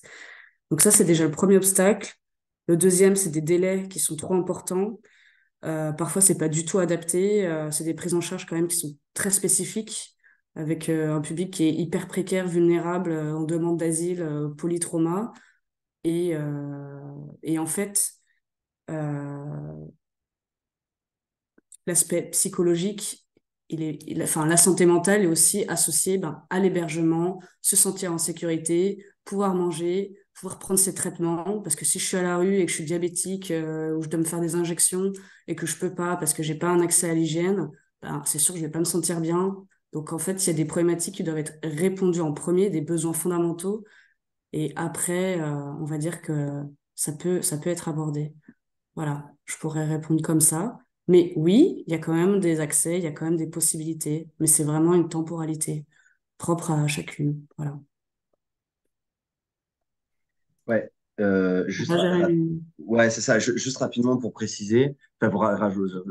Euh, déjà, c'est vrai que nous, en médecine générale, on forme les internes à se baser sur la demande. Donc en fait, quand on accueille quelque chose de lourd ou quelque chose qui nous semble lourd, euh, plutôt qu'en fait de surréagir, on peut s'en remettre à la personne. C'est-à-dire, d'accord, vous m'avez dit ça, j'entends, je vais essayer de faire ce que je peux. Mais du coup, qu'est-ce que comment vous voyez les choses? Est-ce que vous voulez qu'on en reparle? Et puis on verra comment ça se passe avec le temps, avec euh, la stabilisation ou pas. Est-ce que vous voulez que je vous oriente? Et si je vous oriente, est-ce que vous voulez que ce soit plutôt un spécialiste, un psychologue, un psychiatre, ou est-ce que vous voulez que ce soit un médecin généraliste? Et en fait, de baisser cette tension qui peut envahir le professionnel en s'en remettant à la personne et partir toujours de la demande. Ça, c'est une première chose. Ensuite, la deuxième chose, je redis, là, hop, je vous ai trouvé, je partage rapidement mon écran. Voilà. Santé mentale, il y a 75% presque des patients, donc 3 sur 4, qu'on a suivis, nous, en tant que médecins généralistes, sans adressage vers un professionnel de la santé mentale. Donc, ce que je veux dire, c'est que qui dit souffrance psychique ne dit pas forcément psychologue ou psychiatre. Et ça, je me fais le porte-voix de la personne, Marianne Uribe, psychologue qui travaille à la maison de santé et qui nous le répète tous les jours et toutes les semaines. Et ensuite, troisième chose, mon discours n'est pas de dire il faut pas qu'il voit un psychologue ou un psychiatre non plus, c'est pas ce que je dis, mais qu'on peut voir au-delà et que par contre du coup l'orientation, bah, je travaille en amont. C'est pour ça que je vous ai parlé, je vous ai présenté la question du protocole et j'ai dit multiprofessionnel et notamment psychologue, psychiatre. Mais en fait, nous professionnels, et c'est ce que Thérèse fait, c'est-à-dire travailler son réseau en amont pour être prêt à orienter vers des gens de confiance et pouvoir avoir un retour quand la question de la demande de la prise en charge en santé mentale se pose. Mm. Très bien. Bah alors, Juste, excusez-moi, je suis désolé, juste pour préciser, parce qu'on avait préparé le webinaire et je me rappelle que c'était sorti. Quand je dis ça, je ne veux pas mettre la pression aux charges d'accueil, d'accompagnement. En fait, c'est à la fois les charges d'accueil, enfin, les personnes, les professionnels sur le terrain qui voient les patients, qui peuvent porter ces orientations et ce réseau de partenariat, mais c'est bien sûr aussi le balancier des cadres, des responsables qui peuvent faire de cette thématique et de cette question un sujet sur lequel, au niveau collectif, en tant qu'organisation professionnelle, on peut s'emparer. Donc ça va dans les deux sens. alors, j'avais d'autres questions parce que vraiment, il y a une attente, je pense, des travailleurs sociaux pour savoir orienter justement. Et alors, j'ai bien entendu ce que vous disiez, c'est peut-être pas forcément tout de suite et dans la temporalité, c'est peut-être pas tout de suite une orientation vers un professionnel du psychotrauma. Mais il y a quand même ces questions, donc je vais juste quand même vous les dire. Concrètement, il y a une personne qui demande, avez-vous des références pour connaître les psychologues formés au psychotrauma? Alors peut-être que vous n'avez pas la réponse tout de suite, mais si c'est un besoin, nous, on peut faire des recherches et puis j'invite la personne à nous envoyer un mail sur documentation @forumrefugie.org pour qu'on essaye de vous orienter vers un annuaire voilà, de médecins spécialisés. C'est le moment où je vous rappelle que dans le chat, on a mis des documents avec des contacts utiles et dans ces contacts utiles, on trouve des annuaires en région pour aller repérer, trouver des professionnels de santé. Voilà, il y a vraiment une demande beaucoup de questions des travailleurs sociaux qui nous demandent quels sont les outils pour repérer des femmes victimes et puis comment les orienter, et notamment quand on est justement, je reviens à la question du désert médical. Voilà, beaucoup de questions sur les procédures qui sont encore possibles, des possibilités qui seraient encore possibles, et notamment, donc là c'est encore une troisième niveau de question, pour des personnes qui sont déboutées. Voilà, qui sortent de la procédure de l'asile. On voit bien qu'il y a des personnes qui sont un peu démunies, qui se disent mais qu'est-ce qu'on fait à ce moment-là quand on sait qu'il y a un risque élevé de vulnérabilité? Comment on fait pour ne pas les lâcher? Oui. Oui, docteur Je Cohen. réponds? Ok. Alors, il y a plusieurs choses. Déjà, au-delà de notre expérience et de nos publications, l'OMS, donc ça aussi c'est vérifiable, a expliqué que la couverture sanitaire universelle, donc le fait que les personnes aient accès aux besoins de santé, aux services de santé dont ils ont besoin, au moment où ils ont besoin, sans participation financière, elle ne peut être atteinte que par des soins primaires forts. Soins primaires, c'est quoi? C'est médecine générale. Donc ça, c'est pas moi qui le dis, c'est l'OMS. Donc ce que je veux dire, c'est que en fait, déjà, le médecin généraliste doit être un référent du parcours de soins. Et donc, en fait, euh, global. Et donc, du coup, ce que je veux dire, c'est que euh, le psychologue, le psychiatre et tout, oui, mais voilà, pensez à la question de la médecine générale et le chiffre, mettez-le en perspective avec le chiffre que je vous ai dit, qu'il y en a les trois quarts qu'on suit sans adressage vers le psychologue et le psychiatre. La deuxième, c'est que ça, c'est pareil. Nous, on fait des cours aux internes à la fac. Des fois, ils nous demandent les réseaux, etc. Alors, moi, les réseaux à Marseille et dans les Bouches-du-Rhône, je peux vous en parler. Il y a Osiris, il y a Image Santé, il y a Locomed. C'est des réseaux locaux, mais je ne connais absolument pas l'état du réseau en Auvergne, en Bourgogne, etc. Vous avez compris l'idée, en Bretagne. Et donc, du coup, ça, en fait, ça dépend des ressources du territoire. Mais en gros, il y a on va dire, trois types d'acteurs. Il y a donc, le référent du parcours de soins, c'est le médecin généraliste. Et ensuite, au niveau de la santé mentale, il y a le droit commun, c'est les CMP. Et il y a les associations ou les centres un peu de référence qui dépendent du coup du territoire. Et donc, du coup, par exemple, à Marseille, ça va être associatif, ça va être Osiris et le Comet. Et ensuite, donc ça c'est vraiment, je ne sais pas si ça répond à la question, mais je pense que la cartographie du réseau et des ressources vers lesquelles orienter, elle dépend, enfin voilà, c'est aux personnes qui sont sur ces territoires-là de faire le réseau. Et pas, voilà, nous, les internes, je dis ce qu'on dit aux internes, je ne sais pas si ça peut s'appliquer aux chargés d'accompagnement, mais on leur dit, ben, en fait, construisez votre réseau pour avoir des ressources, pour pouvoir orienter les patients. Et, euh, et donc, quand même, à Marseille, on n'a pas, je vous dis, on n'oriente pas du tout systématiquement, enfin, même quand il y a un besoin en santé mentale, on n'arrive pas à orienter vers des associations spécialisées parce qu'elles aussi sont surchargées. Et donc, en fait, pas plus tard qu'hier, avant-hier, on parlait juste avant le webinaire, il y a la psychologue de la maison de santé qui m'a parlé d'un patient qui avait un délire grave, qui était sous psychotique, antipsychotique, et qui est suivi usuellement en CMP. Donc, je veux dire, oui, bien sûr que c'est compliqué, que ça vous paraît spécifique, mais déjà d'avoir une réponse de soins et d'avoir un soignant qui puisse répondre aux problématiques, c'est déjà quelque chose, quoi. Ne vous mettez pas trop de pression à avoir l'orientation parfaite. Déjà, de pouvoir avoir un soignant en face, c'est déjà quelque chose. Et ensuite, pour finir, sur la question de oui, mais quand elles sont déboutées, mais moi, qu'est-ce que vous voulez que je vous réponde? Madame B, elle est déboutée, elle avait une rupture de CSS.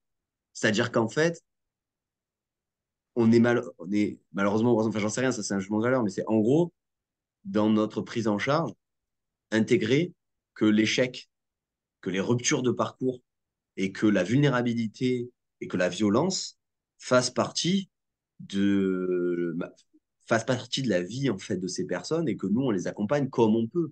Et donc ce que je veux dire par là, c'est que nous on a des patientes qu'on suit, qu'on accompagne, qu'on soigne, qui sont qui sont à la rue et qui sont encore victimes de violences.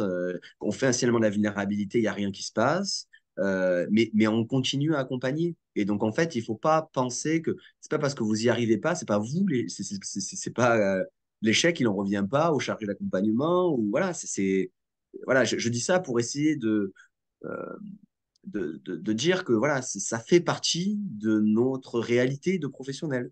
Euh, voilà. Et d'essayer d'y répondre en tant que professionnel et de ne pas surinvestir. À l'impossible, nul n'est tenu. Merci. Thérèse, peut-être sur la question des outils de repérage, qu'est-ce que tu pourrais conseiller? Après, il y a plusieurs faisceaux indicateurs, comme en fait juste déjà de comprendre ce qui se passe dans la situation de ce que la personne elle va nous emmener. Il y a des situations sur lesquelles on doit être, pour moi, en warning tout de suite. Une femme seule, isolée, tout simplement, c'est une première lecture sur laquelle on doit absolument s'inquiéter. Une femme accompagnée par quelqu'un qu'elle connaît depuis peu ou qu'elle connaît très bien, en fait, pour moi, il peut pas y avoir des outils tout définis où on rentre dans des critères et on a une grille de lecture complètement lisible et ça nous éclaire absolument. C'est juste pour moi d'avoir toujours à l'esprit en présence euh, qu'il y a un danger, qu'il y a des risques qui sont toujours là et d'aller les questionner. C'est comment vous vivez sans logement, avec logement, est-ce que vous êtes accompagné, pas accompagné, des trucs tout bêtes, hein, mais est-ce que vous avez eu l'ADA, où est-ce que vous dormez, qui vient vous voir, est-ce que à la gare on vous sollicite, est-ce que qui vous héberge et quelles sont les conditions d'hébergement euh, qu'on vous a proposées. Est-ce que ça reste gratuit? Est-ce qu'on vous propose des choses en échange? C'est aussi poser des questions. Pour moi, il peut pas y avoir une grille spécifique. Je sais pas, Jérémy, si tu veux Ah non, mais compléter. je suis 100% d'accord avec toi, j'ai rien à dire. Je suis Ok. 100% d'accord avec toi. Question Mm. simple. Et ce que tu dis et tout, c'est exactement ça. Mm. Et en fait, ça permet, on va pas, c'est encore une fois l'impossible des tenues. On va pas compenser l'action. On peut pas, on n'est pas l'État, on n'est pas l'OFI, on n'est pas, voilà. Nous, ce qu'on peut, c'est faire ce que tu décris, Thérèse, et être repéré comme une ressource. Par contre, ça, oui. Voilà. Mm. Et parfois, Ouais, on arrive à non, mettre à mais... l'abri. Pardon. Parfois, on arrive à... Non, mais voilà, et parfois, on arrive à signaler, à mettre à l'abri. Parfois, on arrive à vraiment arriver à ce truc. Mais déjà, ce que tu décris, c'est ça la clé, c'est la base. Ouais, et je veux recompléter, c'est vraiment l'outil, en fait, c'est l'équipe. On est tous ensemble, on est une équipe. À la SPADA, c'est sûr que s'il y a des situations qui vont poser question, qui vont poser question à une chargée d'accueil, d'accompagnement, on en parle. On va essayer de décortiquer. Ah bah là, on s'est peut-être un peu inquiété pour rien. Ah bah non, c'est peut-être pas pour rien, il y avait ça qui venait me préoccuper. En fait, c'est de garder à l'esprit que, comme tu disais, Jérémy, c'est pas banal, c'est pas rien. Il y a derrière peut-être des enjeux et c'est rester alerte. Voilà, ce serait le mot que je garderais à l'esprit, c'est être alerte et de pas mettre ça au relais. Ben, de toute façon, elle n'a pas d'hébergement et le 115 répond pas. Non, en fait, voilà, c'est rester tout le temps vigilant. Ouais. Merci. Alors, en effet, il y avait beaucoup de questions là-dessus. Alors, Cécile, je vais te donner la parole. Excuse-moi, je t'ai coupé, mais j'en profite pour te poser peut-être deux questions. Comme ça, tu pourras Oui. enchaîner avec les questions Ok. que je voulais t'adresser. On revient un petit peu sur des questions de politique publique. On a une collègue qui nous rappelle très justement que Forum Réfugiés a des places dédiées pour les femmes victimes de violences ou de traite. Donc, peut-être juste nous rappeler quel est ce dispositif de place dédiée qui a été mis en place. Et une petite question vraiment très précise, quelle est la procédure dans le cas où l'OFPRA a mis en procédure accélérée une personne reconnue vulnérable par l'OFI? Apparemment, cette situation s'est présentée. Et je te laisse compléter aussi les propos sur lesquels tu voulais rebondir. Oui, alors pour ce qui est de... Oui, non, en fait, je voulais complètement rejoindre Jérémy et Thérèse sur ce qui a été dit, être alerte et aussi savoir à quoi est-ce qu'il faut être alerte parce que on peut dire, enfin, il faut repérer des vulnérabilités, etc. Mais Et ça passe aussi par connaître les facteurs de vulnérabilité. Et Jérémy t'en a parlé tout à l'heure avec 4 facteurs justement de vulnérabilité qui pourraient laisser penser au fait qu'une femme est exposée à des violences sexuelles sur le sol français. Elle a vécu des violences sexuelles avant d'arriver sur le territoire. Elle n'a pas de partenaire, elle est isolée, elle n'a pas d'hébergement, elle est originaire d'Afrique de l'Ouest, etc. Et ben là, on aura par exemple voilà, des éléments qui peuvent nous laisser penser à telle vulnérabilité. Et pour chaque vulnérabilité, on pourra avoir voilà, tous ces facteurs qui peuvent nous orienter et nous mettre la puce à l'oreille. Donc voilà, je vous rejoins complètement là-dessus. C'est euh, savoir détecter, mais savoir quoi détecter, comment détecter et prendre conscience euh, de, de la grande diversité en fait, des vulnérabilités qui peuvent être rencontrées et de leur possible imbrication aussi. Et que là-dessus, bah, voilà, ça passe par des questions très simples, la création du lien et aussi beaucoup, comme tu l'as dit Thérèse, la force de l'équipe au sein d'une structure, la communication entre les personnes, parce que bah, la personne en demande d'asile va rencontrer différentes personnes d'une même structure, mais pas dans le même contexte, pas dans les mêmes rapports, dans le même temps, etc. Donc, l'idée de développer en interne des moyens et des protocoles de communication et de collaboration aussi avec les acteurs externes. Du coup, typiquement, pour rebondir justement sur la question de l'OFPRA, alors, il y a des signaux, enfin, la vulnérabilité doit être signalée donc à l'OFPRA. L'OFPRA ne se base pas nécessairement sur l'évaluation de l'OFI, parce que, voilà, comme on disait, ça peut être des critères différents, des besoins différents. L'OFI peut avoir dit, il n'y a pas besoin, imagine, enfin, peut avoir apprécié, enfin, il peut avoir estimé le fait qu'il n'y aurait pas besoin d'une adaptation des CMA, mais ça n'enlève pas le fait que l'OFPRA puisse dire, par contre, pour la procédure, il y a besoin d'une adaptation, etc. Et pour ça, il faut, si imaginons la personne a déjà été placée directement en procédure accélérée pour X ou Y raison, le signalement doit être fait directement à l'OFPRA. Donc, il y a 2 voies de signalement et je ne sais plus laquelle est pour la procédure accélérée et l'autre pour l'adaptation des garanties d'entretien, des conditions d'entretien. Mais il y a une voie de signalement qui se fait par la division en question. Donc la division, enfin c'est des divisions régionales donc. Et après, donc ça revient voilà, à la section et à l'OP en question. Donc par mail, hein, tout simplement, directement à la division ou par le... Oui, voilà, c'est ça aussi que je voulais dire. Par le formulaire, tout simplement, le formulaire qui est envoyé à l'OFPRA, il y a l'encadré, je ne sais plus quel numéro, 14, quelque chose comme ça, qui est justement spécifique à cette question et dans laquelle peut être signalée donc, une vulnérabilité et peut être demandé justement un ensemble de conditions qui entouraient la procédure.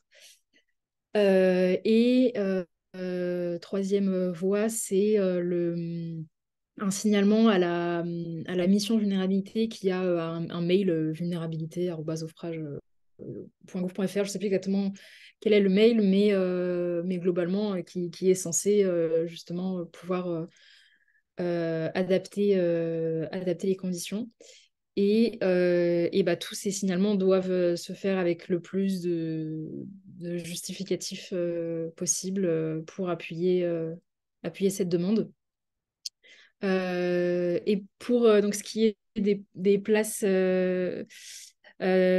dédiées, on peut que mettre ça en avant, comme ça a été dit du coup dans le chat.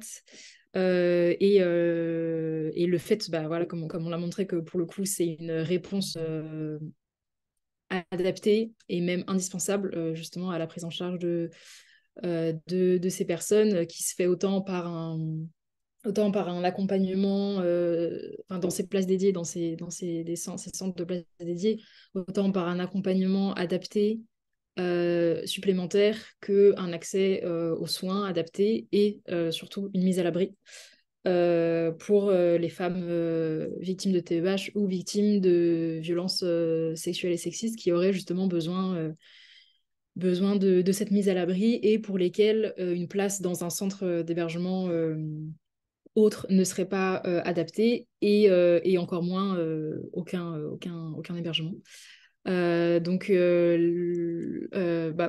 ça a été très bien dit dans le chat, ces demandes peuvent être faites ces demandes peuvent être faites en fait auprès des CADA, même si je sais que c'est un peu plus complexe que ça, parce que l'évaluation passe à la fois par l'OFI que par justement le CADA ou l'institution en charge, justement, enfin l'association en charge de ces centres. Mais voilà, une redirection est souvent nécessaire et on peut que encourager au développement de ces places-là. Merci Cécile. Donc en effet, dans le chat, il y a l'adresse vulnérabilité au singulier Oui. @ofpra.gouv.fr. On a reçu une question en même temps d'une dame qui vraiment nous dit qu'elle ne sait pas du tout comment faire le signalement, est-ce qu'elle doit indiquer comme information. Donc j'ai mis la page de l'OFPRA sur la mission de vulnérabilité. J'imagine que toutes les informations sont fournies pour ce signalement.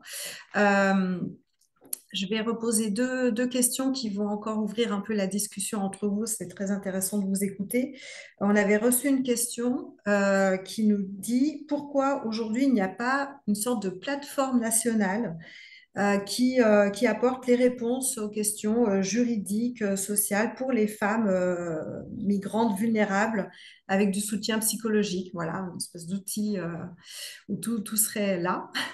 Et une autre question d'une personne qui nous demande, au vu de ce qui est présenté, quels sont les leviers aujourd'hui possibles pour les travailleurs sociaux? Ça rejoint un peu tout ce qui a déjà été dit, mais voilà, c'est deux questions qui sont arrivées de nouveau. Qui veut commencer? Cécile? Bah, ouais, oui, je peux commencer. Pour ce qui est de la première question, pourquoi est-ce qu'il n'y a pas une plateforme nationale sur la prise en charge de ces femmes? Bah, cette question, malheureusement, c'est pas nous qui pourrons expliquer pourquoi est-ce qu'il n'y a pas euh, cette mise en place au niveau national. On peut que regretter le fait que justement il n'y ait pas suffisamment de réponses, hein, comme on l'a déjà beaucoup dit. Et bah, malheureusement, aujourd'hui, comme je le disais, on ne semble pas dans une volonté politique qui aille dans ce sens. Au contraire, la nouvelle loi vient couper énormément de choses et directement atteindre du coup les réponses à cette vulnérabilité. Donc, on peut que regretter l'absence de ce type de réponse à l'échelle nationale. Après, voilà, comme on en avait déjà parlé, malheureusement, il ne faut pas attendre cette réponse à l'échelle nationale pour développer des moyens à l'échelle d'une institution, à l'échelle d'un centre, à l'échelle locale, régionale, etc. Et renforcer ce tissu et cette collaboration entre tous les acteurs en fait, de l'asile au sein d'une même structure, entre les associations, enfin entre une structure et les associations du terrain, de la région, etc. Donc bah voilà, pour continuer sur ce qu'on disait tout à l'heure, on peut que en fait inviter à développer tout ça à une échelle régionale et locale et à chercher à renforcer en fait ces liens et voilà, à presque avoir des outils qu'on développerait au niveau local et régional. Je ne sais pas si ça répond tout à fait, mais...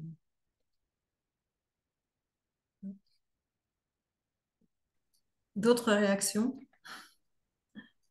Pas forcément. Non. Très bien. Docteur Kouani, vous vouliez rajouter quelque chose?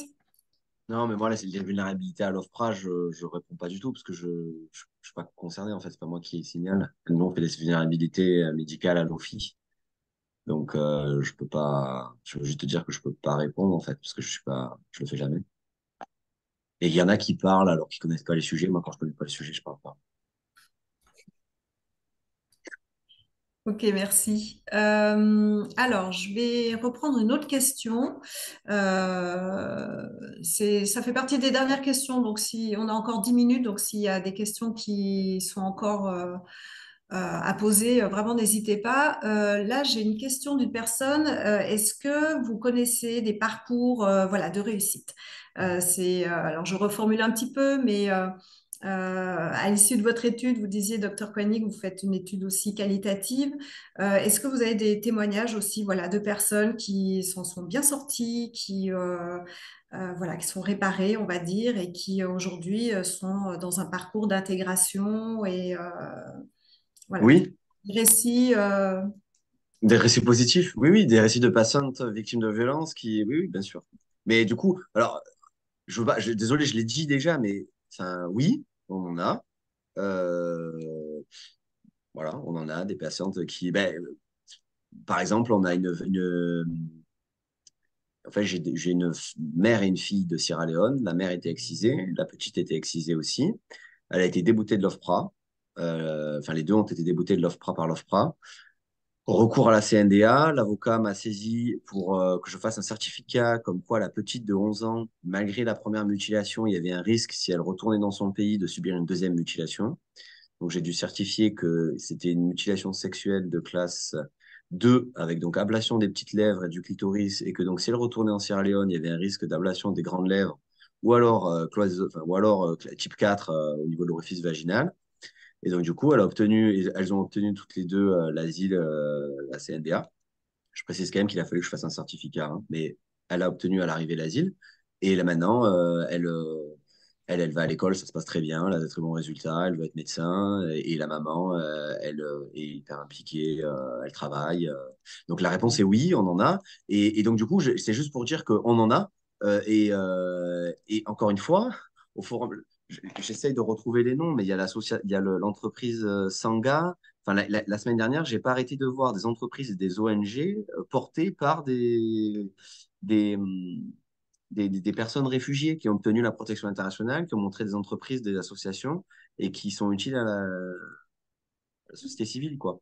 Donc, je vous invite à regarder sur le HCR, en fait, sur LinkedIn, il y a plein de liens ces réfugiés experts qui ont, comme vous dites, des parcours où sont sortis, notamment certains qui vivaient à la rue initialement, qui n'avaient pas d'hébergement, mais qui aujourd'hui sont chefs d'entreprise avec plusieurs dizaines de salariés. Oui, Je complète aussi ce que tu disais, Jérémy, que oui, oui, ça, même au tout début de leur arrivée, il peut y avoir quand même des parcours qui fonctionnent, parce que aussi certaines peuvent se saisir de ce qui est proposé, ou elles ont pu être en faculté de s'y rendre et de comprendre, et qui ont réussi à comprendre comment le système est articulé, euh, et c'est même assez épatant. Euh, voilà, il y en a qui ont réussi à voilà, se saisir de la psychologue, de la CIMAD, de la maison des femmes, de comment la passe fonctionne. Maintenant, j'ai les droits ouverts. Ah, je peux aller à la maison personnelle ou continuer mon suivi à tel endroit.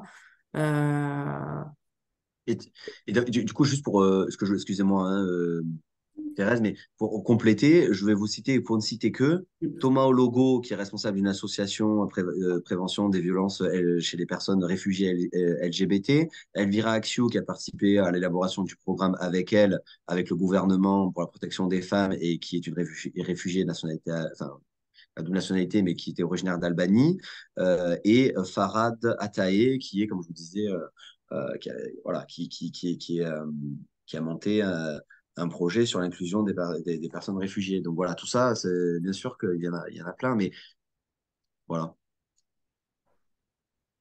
Je me, voilà. J'avoue que cette question me pose la question de pourquoi on me pose la question, mais c'est pas grave. Très bien, bah, merci. Écoutez, on n'a plus de questions. Je crois qu'on a fait le tour et vraiment c'était très riche.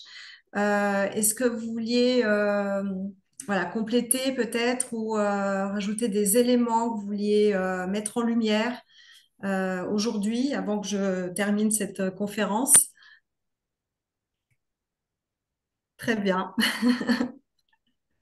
Mais écoutez, merci beaucoup. C'était très intéressant. C'est la fin de notre cycle de conférences et c'est la fin de l'année. Donc, je vous souhaite à tous de très bonnes fêtes de fin d'année. Euh, Nous, on continue évidemment à organiser des conférences.